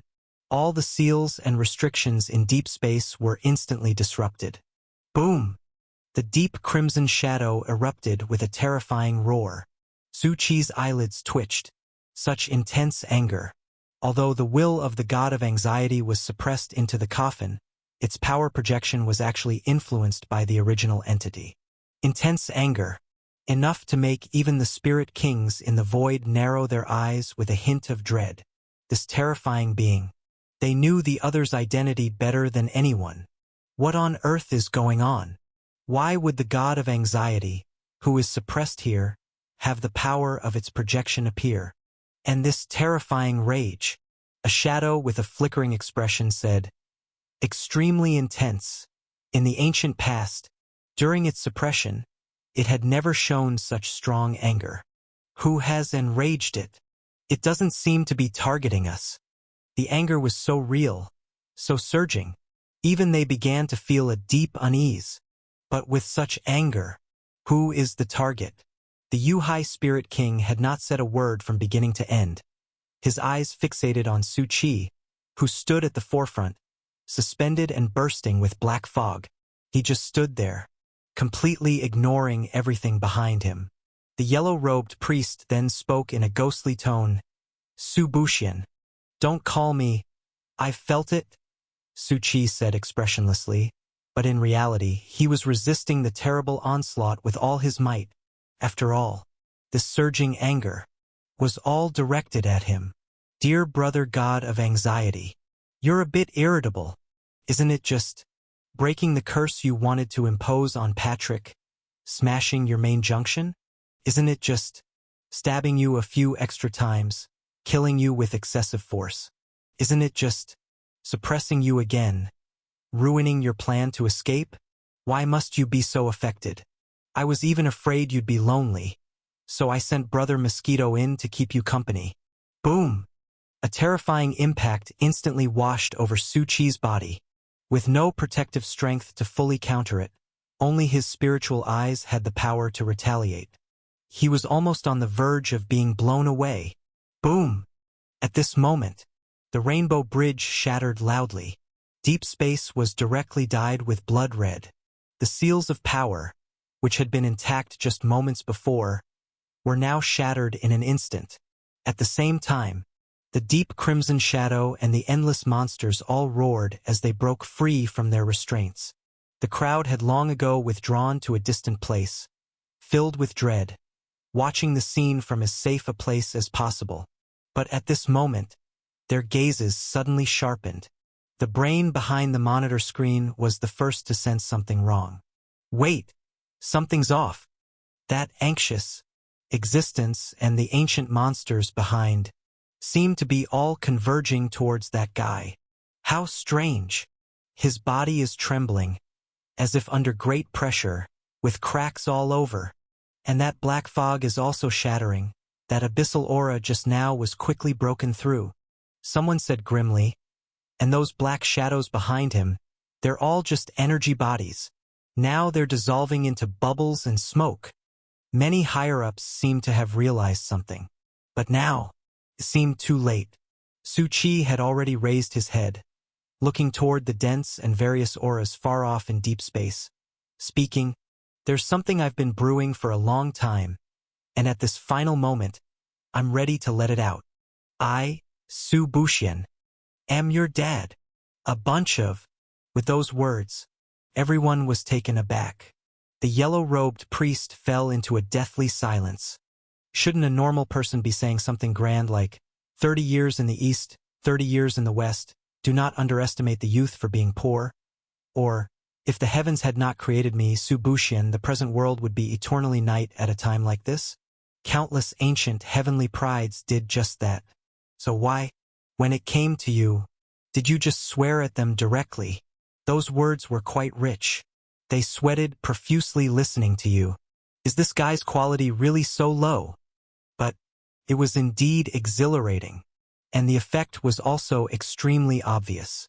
Countless people's expressions darkened to the extreme, previously casual as if dealing with ants, but now they became utterly cold to the extreme, or even sparked with genuine fury. Their faces were emitting icy chills. Killing intent was evident. Merely a mortal. How dare you? Seeking death. Behind, the looming and surging shadow of the god of anxiety burst forth with murderous intent. And in front, many high-ranking beings showed no mercy, unleashing their strength to block all paths of escape. Brother Cat. Meow. In that moment, a flurry of intense meows erupted simultaneously. Nearly 50 elemental devouring beasts materialized, plummeting down. At the same time, the immense true form of Patrick roared as it burst forth, blocking that overwhelming force. The vast space ripples, instantly enveloped all the audience. Don't underestimate Brother Cat. It could bring Patrick and directly enter the anxious land laid out by the gods. And now, having absorbed so much energy, it was entirely capable of taking everyone away. Everyone's expressions changed, eyes swirling with astonishment. These are the nearly extinct elemental devouring beasts. Such numbers. And that strange tentacled Hai Xing. Its strength is unfathomable. Someone murmured melancholically. They are trying to escape with everyone. Don't let them leave. Boom! Someone reacted very quickly, erupting with astonishing strength, speeding towards this place at a blistering pace. They were even prepared to neglect the other audience. How could they not see the value of Su Qi? And among these surrounding elemental devouring beasts, even just one held astonishing value? And at this moment, the numerous audience roared, also using all their strength, activating the objects obtained in the anxious land. Various extraordinary events appeared. Resisting the attacks from deep space, they actually managed to create such a barrier. And at the same time, the deep red shadow roared furiously. Waves of deep red surged furiously, engulfing everything. Su Qi, however, was calm and smiling, not looking at deep space, but rather at the shadow of the god of anxiety. Thanks, Brother Xie, for the reinforcement. See you next time. The deep red shadow seemed to be provoked once more. A heaven-shaking aura frantically charged towards Su Qi. But the next moment, ripple fluctuations took all the audience, as well as Su Qi and Patrick, away instantly. The original shattered rainbow bridge, now only a mess. Countless faces glowered to the extreme. Various gazes from deep space were also shocked to the extreme. They had really run away, and they took so many people with them. At the same time, there was one more furious than everyone else. Boom! Terrifying strength was unleashed in an outburst. The deep red shadow roared mightily. Like it could not find its target, it lashed out in madness at everything. The entire nihility would be completely altered by its discharge of power, changing the visage of deep space. And at this moment, everything that transpired here had already spread through countless pairs of eyes. Whatever may follow, the name Su Buxian would be utterly renowned. Chapter 335. Leaving. But at this moment, nearly 5 hours had passed since Su Qi and the others left the Rainbow Bridge. Yet he still couldn't manage to successfully leave the instance. Brother Huang, I don't need your calls. The yellow-robed priest burned his soul power like mad, fully utilizing his special ability, breaking through the constraints of space, creating another moment for Brother Cat and the others to break free. The surrounding audience members were also all accommodated inside Patrick's belly, which had its own self-contained space. And the reason they needed to flee now was because those densely packed, terrifying monsters were still relentlessly pursuing them. Their horror lay in the fact that they would keep hunting their target to the ends of the earth, and they could even ignore restrictions. About 10 minutes after losing sight of them, they would automatically appear in the blind spots of their rear vision and pounce together once more. Damn! This is ridiculous, the yellow-robed priest cursed. To be able to escape from countless forces, and even high sequence, only to be chased like this by a bunch of monsters. They had now appeared in a new, unfamiliar world. But as soon as 10 minutes were up, that group of monsters would appear again. Meow! Brother Cat lay on Suchi's shoulder and called out softly. It was already somewhat powerless, with energy nearly depleted. There's a problem. Suchi looked at the window before him. Please note, the ranked battle has ended. Players can leave after they are in a safe location. His plan was simple. Those monsters were after him. They could traverse space but not certain dimensions. As long as he left the instance, stepped out of the gaming pod, they would completely lose their target. But the problem was if he wanted to leave. Warning: influenced by an unknown force. The current location is not safe. Unable to leave. No matter where they teleported to, they would get such a message. And Suchi also knew where the problem lay. He looked towards the sky dome of the barren world. Although he couldn't see anything, but there was a dark red exclamation point that was frantically flashing. This time's exclamation point was more than 10 times denser than during the previous destruction countdown. Not merely dark red, but with a deep, dark black. The entire deep space felt faintly dyed with the dark color. It seems the highest level of exclamation marks is not indicated by red, but there is an even higher level of black. Even just looking at it, Suchi could sense the danger contained within. And the information above was simple. Ominous. Since the moment he gained notoriety, infamy. This dark red exclamation mark had always appeared, quite peculiar. No matter where they teleported, this dark red exclamation mark would closely follow, as if it had locked onto him. Brother Huang, do you know what ominous is? The yellow-robed priest? I feel like being next to you. Everything is ominous. Suchi said calmly, although I know you are speaking against your will. I'm not talking about that. The yellow-robed priest was just about to declare his complete sincerity. But Suchi did not give him the chance. He spoke solemnly. The ominous I'm referring to is the kind that follows you. No matter what, you can't shake it off, filled with an impenetrable sense of ominous. It has no shape. Impossible to detect. Of course, that's if there are no exclamation marks. The yellow-robed priest was momentarily stunned. This kind. It had a strange expression, as if rummaging through memories and knowledge. Then, after a bit of contemplation, spoke softly. I've heard rumors that some high sequence, even demigods, have been afflicted with some terrible ominous and died in a very grim way. But they're all unverified rumors. Uncertain of the truth. Why do you ask? At this moment, a slow voice resonated. Because he has been tainted by ominous. Suchi was slightly startled and looked behind. The yellow-robed priest's soul trembled, warily looking at the man in front of him dressed in a tailcoat. His aura had not been retracted, faintly exuding a terrifying presence that made it shudder, seemingly just after an astonishing battle. It always felt that the man was somewhat familiar. The unease in its heart wouldn't lie to it. It asked with a trembling voice, "May I ask who this gentleman is?" The traveling merchant slowly removed his hat, maintaining etiquette like a gentleman, and smiled lightly. "Let the one you are sheltering introduce me." Suchi looked at him. "You are the traveling merchant." "Just a joke." "Suchi, I have a bad memory. Mainly because you changed shoes. I almost didn't recognize you." Suchi revealed a faint smile. He now knew that there was a turn of fortune. "Let me introduce. This is the traveling merchant, a reputable merchant who focuses on traveling the 10,000 realms, trading with different people. Additionally," Suchi looked at the soul fire in the ring. "And this is Brother Huang. It is a relic of the ancient times, once a priest." Suchi added, "Be a bit more courteous when you talk to it. Brother Huang is no ordinary person." "The yellow-robed priest? Damn it, you're pushing me into the fire pit, aren't you? This gentleman, don't listen to his rudeness.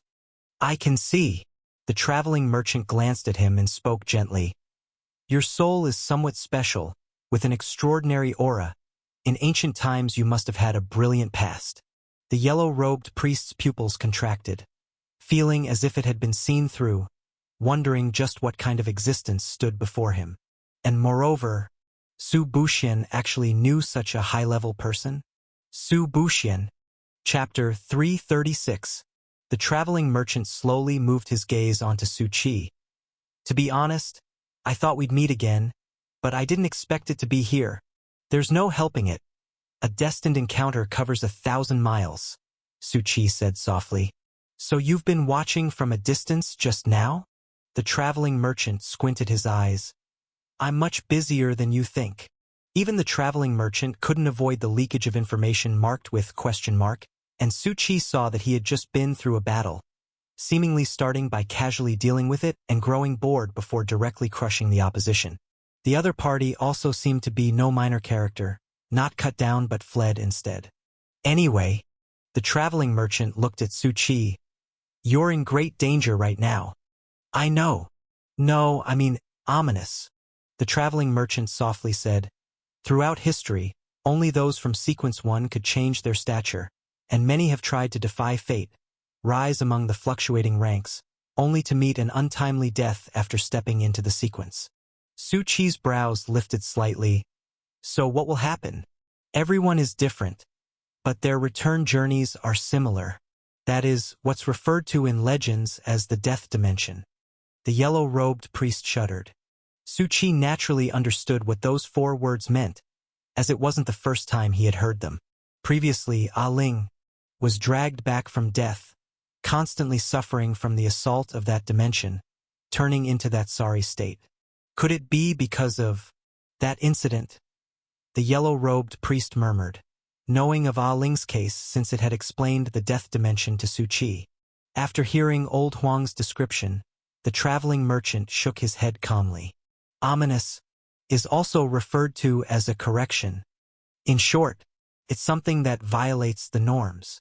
Committing an act that defies the norms actually wouldn't attract attention. But if one does too many, they will be targeted by ominous to be corrected. For example, life after death, defying sequences, altering fate, and so on. Great. It seems I really have done quite a few. No wonder ominous has touched me. And most importantly, what truly violates the norms should be this endless series of question marks. Anyway, the correction will appear when you least expect it, and the only way to deal with it is to keep enduring it, the traveling merchant softly said. No one else can help. Okay, I understand, Su Qi softly said. But, right now, could you first help me out? Deal with the problem at hand. At this moment, countless roaring monsters reappeared, and a boundless killing intent surged towards them. A minor matter, the traveling merchant said softly, raising his wand with a surge of powerful magic gathering within, the ground around him collapsing, and endless flames like those of hell, engulfing every one of the swarming monsters in an instant. The yellow-robed priest watched the scene in shock. It seemed to start grasping who the being before it was. Just as it was about to speak, the next moment, its soul seemed to freeze, halting in time. The magical conch and brother cat seemed no longer in this lair. Su Qi felt as if he was in a world of flames. Within the blazing fire, the traveling merchant lightly touched his hat and turned back to look at Su Qi. Of course, my assistance just now wasn't free. Also, Su Buxian. His amber-colored pupils shone with an unusual light. I want to make a deal with you. 243-9879 ranked match has concluded. All players will be forced to exit. An epic update lasting 3 days will follow. All players please wait patiently. Rewards will be sent to player mailboxes after the update is complete. 3 days. All players were completely logged out, and while the forums were abuzz with endless threads emerging. But Su Qi did not browse them. He was watering a potted orchid, not so much leisure as necessity. Since he was often inside the gaming pod, having a few plants around could at least keep the air somewhat fresh. His phone vibrated slightly. Su Qi glanced at it. A call from Night Guard. Brother Su, there's 1 hour left until the update ends. I know, what's up? After the update, we will officially enter paradise, firmly intertwined with the present world from then on. I just wanted to prepare you psychologically. Night Guard coughed. I know. You guys have been calling a bit too much lately, Suchi muttered to himself. The managers mean that you should take it seriously. Paradise is a special place that can't be found by the outside world. But once you enter an instance world, with your current reputation, I'm afraid things will be different. Fine, fine, fine. Suchi's lazy tone left the Night Guard somewhat helpless. The 1-hour update time also quickly came to an end. Suchi wasn't in a rush. Instead, he looked at the totem that was faintly visible on his arm. 3 days in reality. The flow of time in the nightmare is 30 days. Although there are differences in the instance world, it should also be a month or 2 by now. I wonder if Xiao Huang got things done. Old Huang was crafted a simple fleshy body by the traveling merchant and was sent to a native world along with Old Huang and a group of audiences who chose to stay, including Brother Cat. That world had no connection to the present world, isolated from deep space. It was indeed a good place for them to hide and grow. The Super Dream Sub-Agreement Station was already enough to serve as the fledgling base for the Hustlers sect, and with the many audiences remaining, Old Huang took on the roles of mentor, guider, developer, and so on. As a priest of the Hustlers sect, it had plenty to keep busy with. However, what does that have to do with us, the head of the Hustlers sect? Moreover, the audiences, viewed as chopping blocks by countless forces, they all possess endless potential, diverse abilities, differing styles. They were just new or had only just come into contact with all of this from the native worlds, yet to grow and adapt. And with those items, given time, they would inevitably become top-tier powers.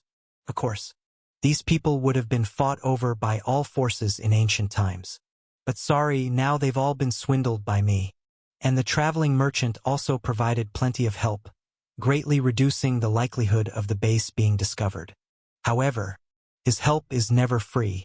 It's all just because a deal was made with me. Meanwhile, Old Huang stood with a dark expression on his face, on a desolate boundary. It seemed to be mumbling something, and upon closer listening, one could hear, "Damn Su Buxian, that bastard comfortably ran away, and I got completely dragged into this mess, with so many things to arrange." Meanwhile, an audience ran swiftly from a distance. "President, what have you found?" The yellow-robed priest immediately put away the cursing demeanor and regained a calm expression. "What discoveries have you made?" "This world. Many audiences have probed plenty of information. We're currently in the Steam era here. A stage of enlightenment for the masses, very much like the worlds we've been in. However, there are many powerful churches and secret parties struggling. There's a force from the mystical side, but it's weak, and the battles and strife it has caused almost sweep across all cities, big and small. A chaotic, fragmented world. Huh, the yellow-robed priest softly said. Then, next, we look for such a force. What? One from humble beginnings, with influence but not a big scale and facing various crises. Overlooked, but with principles towards the ordinary folk at the bottom. The audience nodded. Understood. What do we do once we find it? Old Huang muttered to itself. Once found, we'll be the most mysterious organization supporting them from behind. The Hustlers' Divine Society. It was never an ordinary priest without any means. Given the space to perform, it could perfectly handle a multitude of events.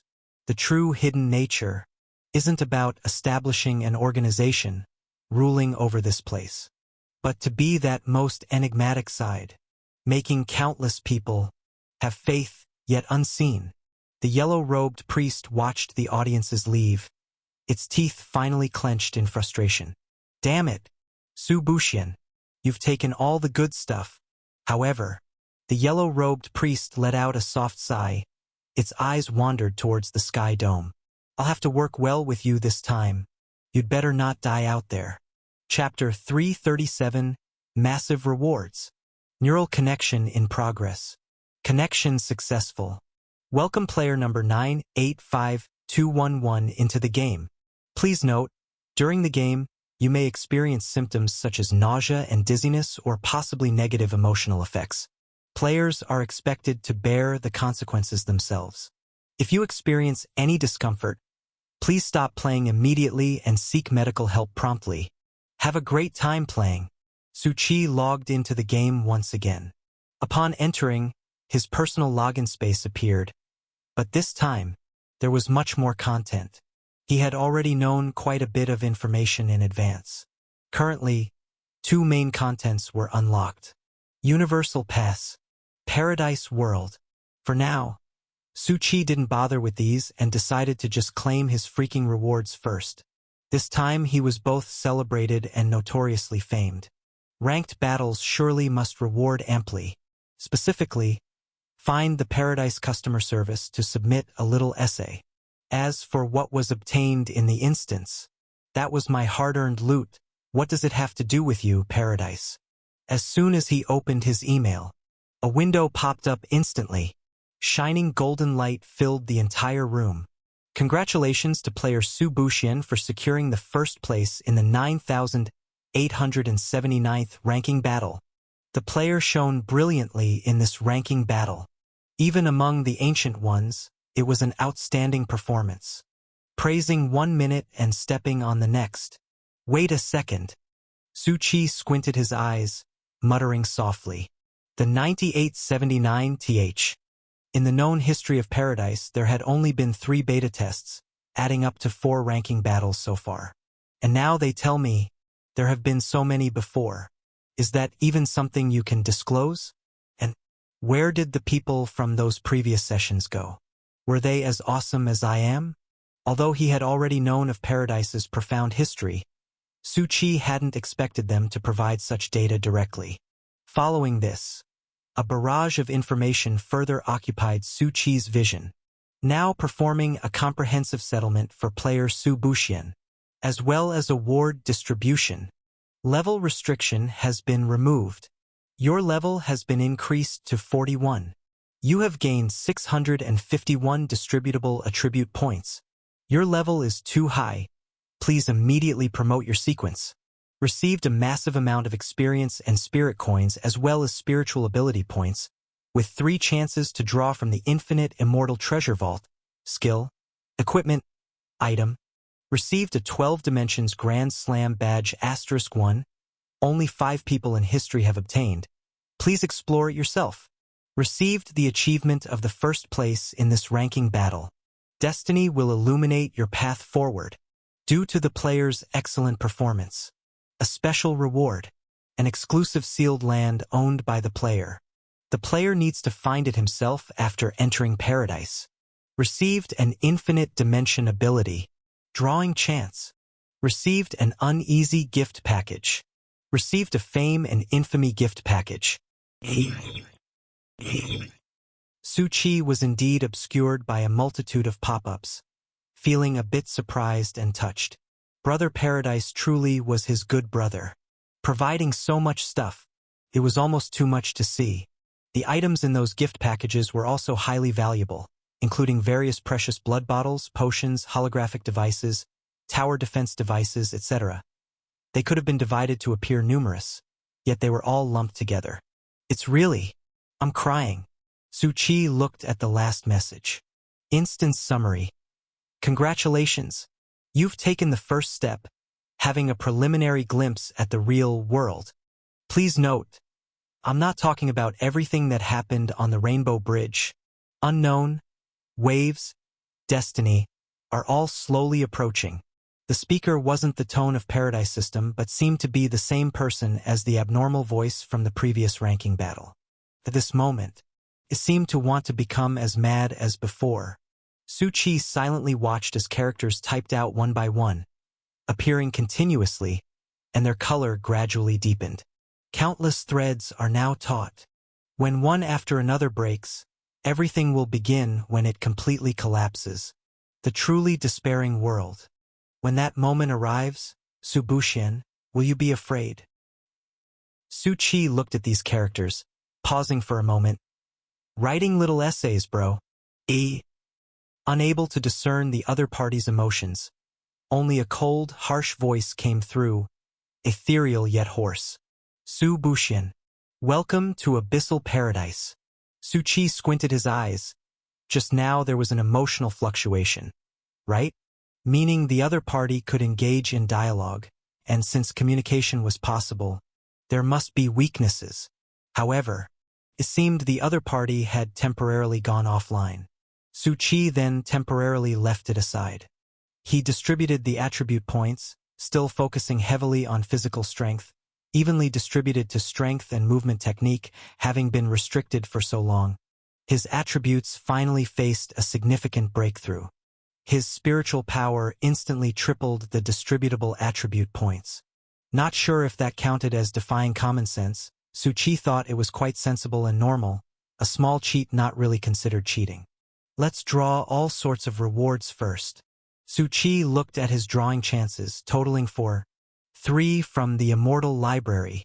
Skill, equipment, item, and the last one was Infinite Dimension ability that he saw for the first time. He immediately initiated the drawing 3 different legendary types. After the items appeared, indeed, they were completely different from ordinary items, each shining brightly, exuding totally different auras. Immortal quality, each one is very strong, but still has limits, uses a lot of resources. Su Qi placed them all into his item slot, skill bar, and equipped them on himself. Then, looking at the remaining chance, Infinite Dimension, Su Qi muttered these 4 words to himself before initiating the drawing. Chapter 338. Mass Rewards.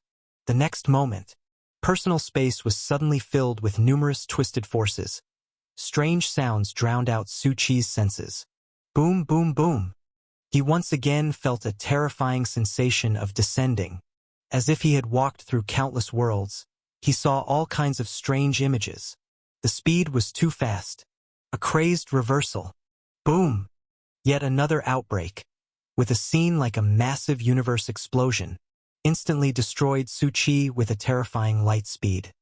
He was forced to abruptly open his eyes. He looked around with a bizarre expression at the space that had returned to normal, then towards the clock.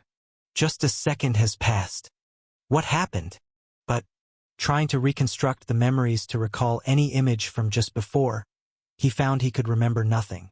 And Su Qi's gaze slowly shifted to a twisted light ball before his eyes. He reached out and grasped it. Name, star. Effect. You can light up a star at any location, at any time, without any restrictions, that will never disappear or move unless you deactivate it. Note. Besides glowing, it has another amazing feature. It really glows. Su Qi. Such a plain and simple ability of infinite dimension. And isn't the note just stating the obvious? Darn it. I saved you for the last draw just because I had expectations. And the result? This is it? What's the use? Su Qi raised his hand, and a star appeared in the personal space. It was perfectly spherical, roughly the size of a fingernail, shimmering with starfire, its contents indecipherable, but undeniably, the light was quite pleasing. A light bulb for personal space. However, no consumption. No limit on the number of uses. Su Qi raised his hand, snapped his fingers, and small stars started appearing constantly, soon filling the personal space with stars. They all hovered in mid-air, perfectly still. Great! Such a useless skill. Su Qi propped his chin helplessly, tapping on the stars. He felt a sense of disappointment. All right, that's a bit too many. He prepared to deactivate the stars. But Su Qi's eyes widened. Wait a second, for God's sake. To deactivate actually requires spiritual ability points. Darn it. Su Qi couldn't be bothered anymore. Just as he was about to check others, he received a special invitation from the Night Watch. You are invited to enter Zone 9. Please note, entering Paradise, you can obtain a hidden identity and appearance. A friendly reminder. The next moment, Su Qi chose to hide, since his name was probably already spreading around paradise previously. Among the many forces on the Rainbow Bridge, some were certainly shadows of some clubs in paradise, some were affiliates, some cooperated, and some had deeply infiltrated. Player has accepted the invitation. After the pop-up appeared, Su Chi was once again shrouded in ink-like darkness. And this time, Su Chi was slightly startled. Because, within the darkness, those stars were not swallowed up at all. They still stood firm, twinkling with light. Paradise. Zone 9. This is Zone 9. Su Chi looked around. The dome covered in a light screen. And beneath the dome was a city not much different from reality. Almost completely replicated. Yes, this is Zone 9. How does it feel? A bit disappointed? It doesn't seem as grand as you imagined, said Su Lingqiu, who was currently accompanying Su Chi with a hidden identity through the streets. I wouldn't call it a disappointment. Su Chi looked toward the towering core hub that loomed like a mushroom cloud among a multitude of buildings. Standing out distinctively, the light screen that covered the entire sky dome originated from it. What's that? We call it the Heart of Atom. It's the most important core of Zone 9, as well as the cornerstone that allows us to build everything here. Su Chi. Build? Cornerstone. Su Lingqiu gently shook his head. Actually, I wanted to call you and meet up, to tell you the true content of paradise. But, he said with a sigh, you didn't answer. All I can say is that you called too many times. Su Chi said with an unabashed face. In fact, over these 3 days, he had been in his own dream space, urgently training Ganwansue along with the Shadow Army and the Thousand Faces Army. Since he didn't get tired anyway, in the dream space he was practically 007. Come with me first. Su Lingqiu led Su Chi towards the core hub. The population density in Zone 9 was not very high. There was a certain sense of liveliness, but everyone seemed to be in a hurry. Whether on the road, fully geared and ready to go, or hurrying towards the outside world with urgent steps. There were also discussions among people. Is that Su Buxian here yet? I don't know.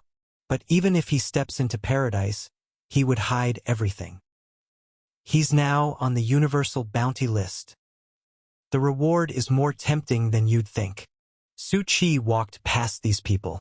Turning to Su Lingqiu, what's this universal bounty order? It's a list that transcends rules. Once prestige surpasses a certain level, everyone will be listed on it. Anyone can accumulate valuables to offer, choosing to put a bounty on someone else.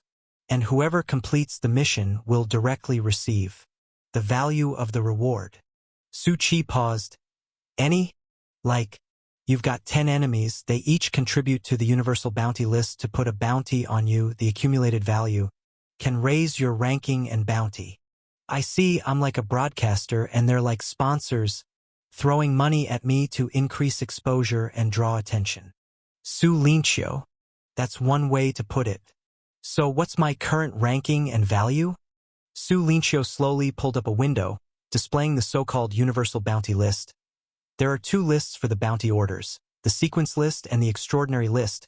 The former is for rankings below sequence 5, your rank number 19, worth 6.8 billion spirit coins.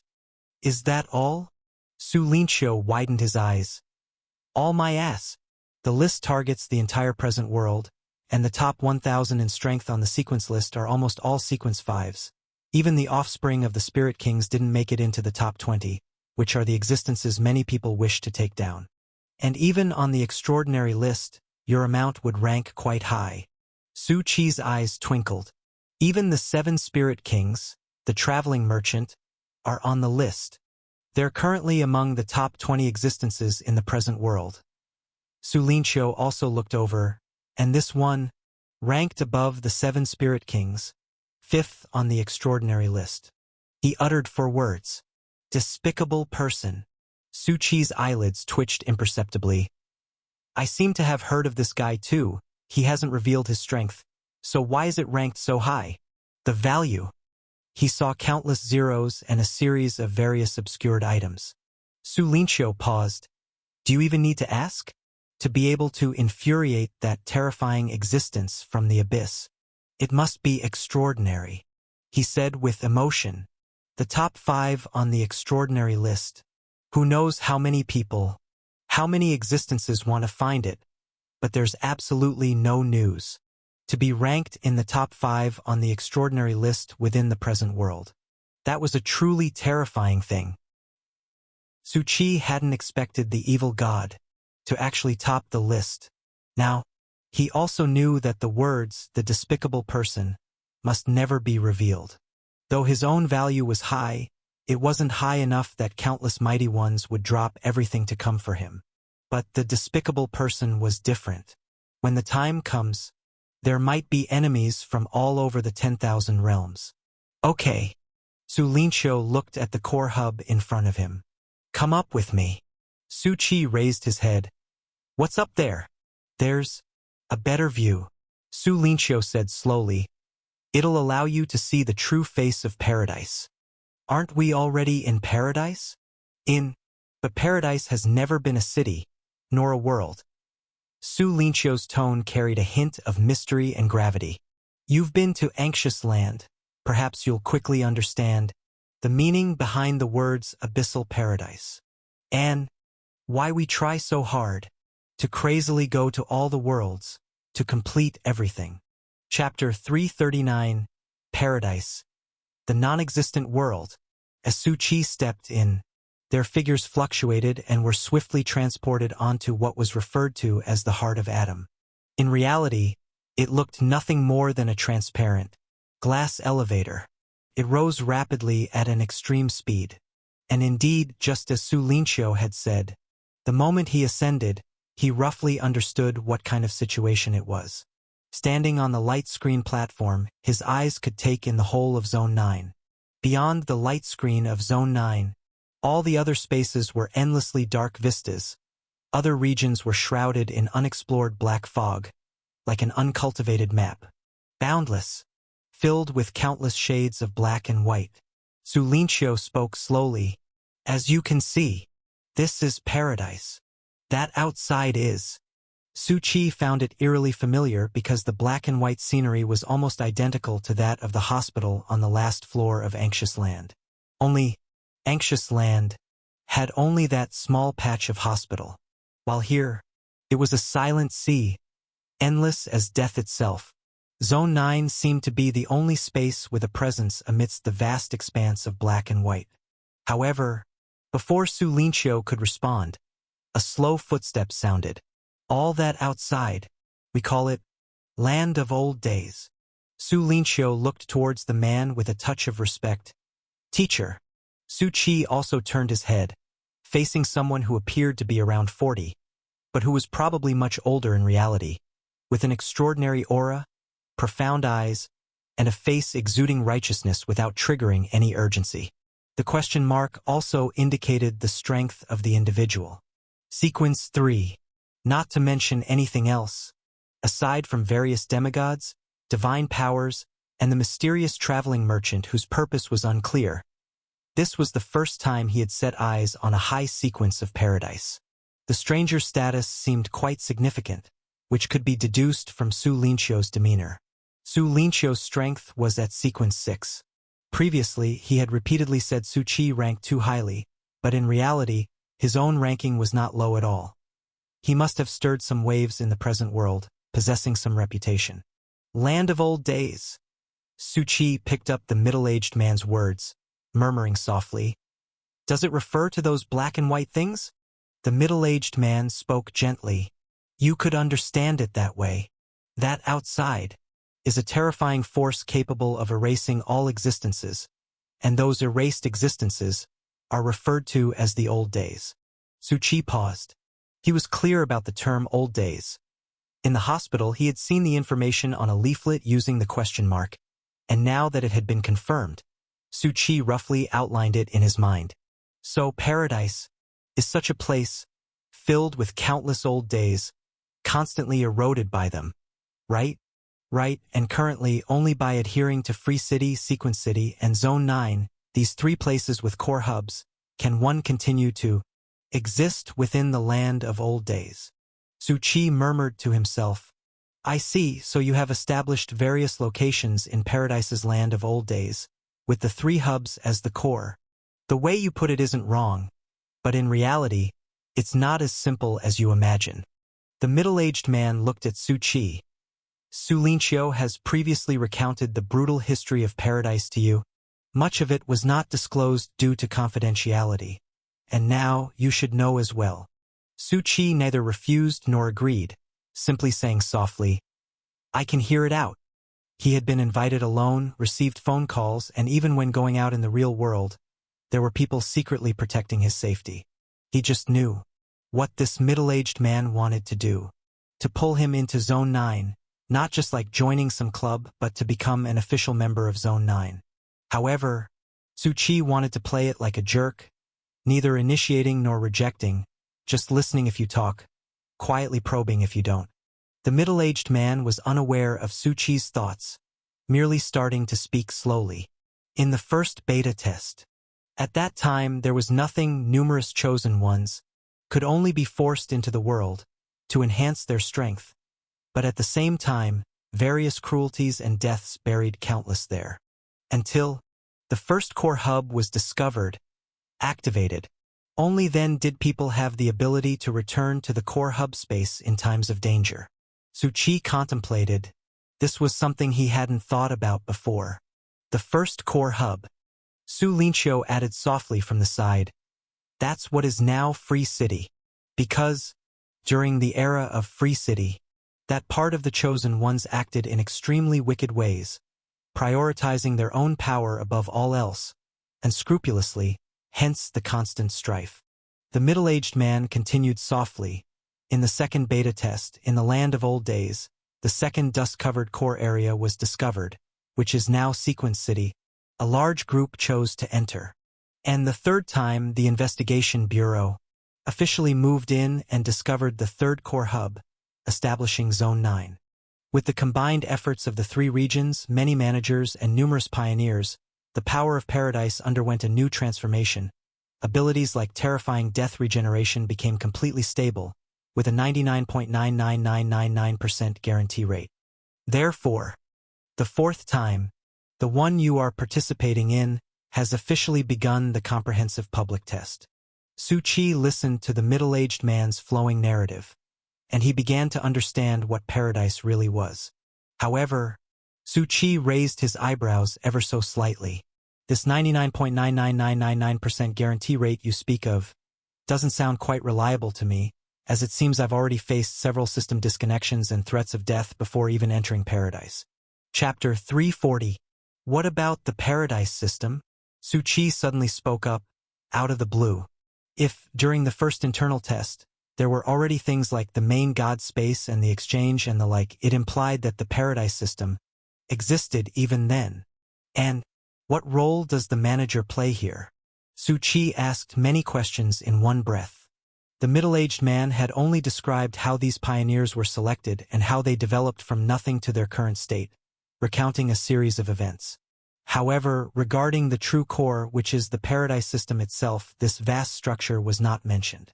But the middle-aged man paused for a moment and shook his head. This part. There are many things that are still taboos, known and utilized only by the extraordinary. Su Qi smiled and said, I can understand. Since the other party had said so much, he did not press on, but, combining some pieces of information, he had already formed a preliminary judgment about the current state of Paradise. The middle-aged man gently said, I've said so much, and you surely know my purpose. In the Rainbow Bridge incident, you caused a great stir and attracted the attention of countless powers. And now, within Paradise, you have also drawn a lot of notice. Therefore, I am extending you an invitation. He handed out a business card. After verification by the manager, you could become a Black God Guard with authority in Zone 9.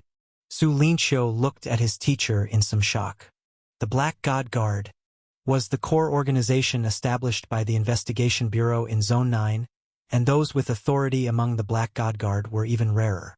Su Qi picked up the business card. Authority? What exactly does that entail? The middle-aged man softly explained, accessing data, using 10,000 realms transport of Zone 9, the ability to utilize the special buff augmentations of Zone 9 and so on. Su Chi more or less understood the power of Paradise. It seemed that it too could be wielded through the hub. I see. Let me think it over. Su Lingqiu watched as Su Chi pocketed the business card, figuring this guy probably wouldn't accept. He and Yishou had discussed it before. This person was unfathomable and had previously turned down multiple club invitations. The middle-aged man arrived quickly and left just as swiftly, as if burdened with many responsibilities, too busy to stop. It seemed he had teleported back specifically because Su Lingqiu had come. Otherwise, Su Lingqiu alone could have conveyed all this information and the invitation.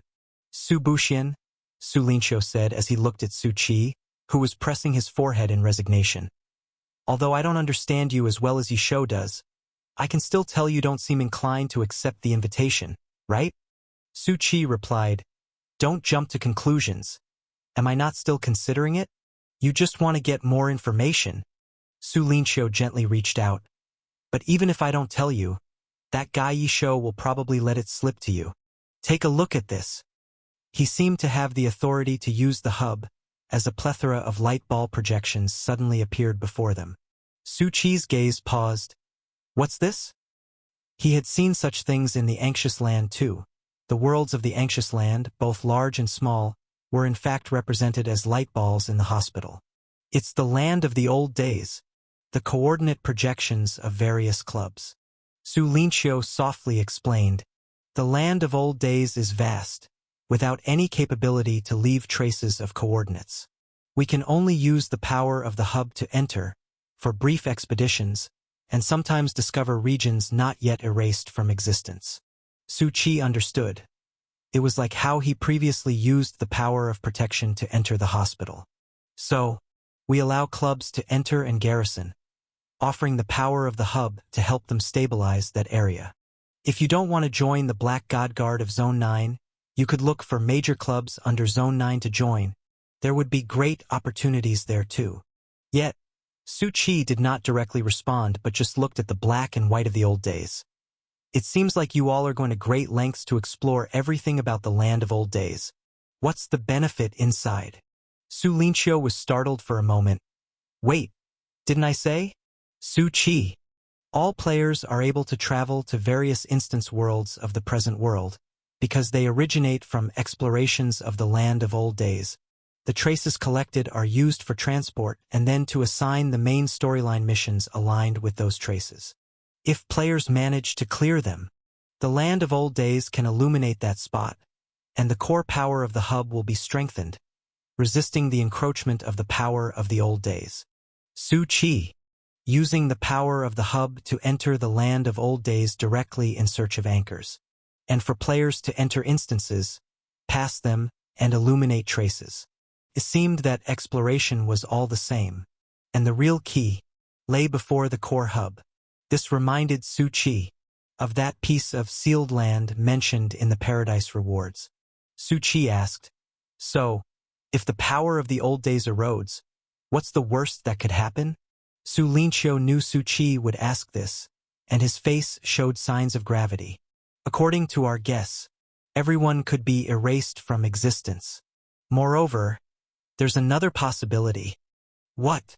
The reality we're in. Su Lingqiu spoke with a heavy tone, but didn't continue. But Su Chi understood what he wanted to say. Reality could also be eroded by the old days, turning into a black and white scene. Su Chi didn't continue to ask. The information he learned today was sufficient. Asking more would lead to why the previous tests were beta tests, and why this time it became a public test. That would not be conducive to unity. The complete opening up and significant increase in numbers probably wasn't as good as imagined. However, as long as they could achieve the security rate mentioned in death regressions, the player community was still quite strong. Su Lingqiu looked at Su Chi. In any case, think it over thoroughly. Zone 9 is a good place. For what comes next, keep your identity hidden, improve your strength and level, and always be cautious. Currently, the ranked competition had ended, and with the major update, all players, upon entering the game, prioritized leveling their sequence, enhancing their strength, and practicing with their newly acquired skills and equipment, honing their special abilities. After leaving Su Linqiu, Su Qi also arrived at the edge of Zone 9. If his guess was correct, the sealed land previously hinted at by the system might be related to the next hub.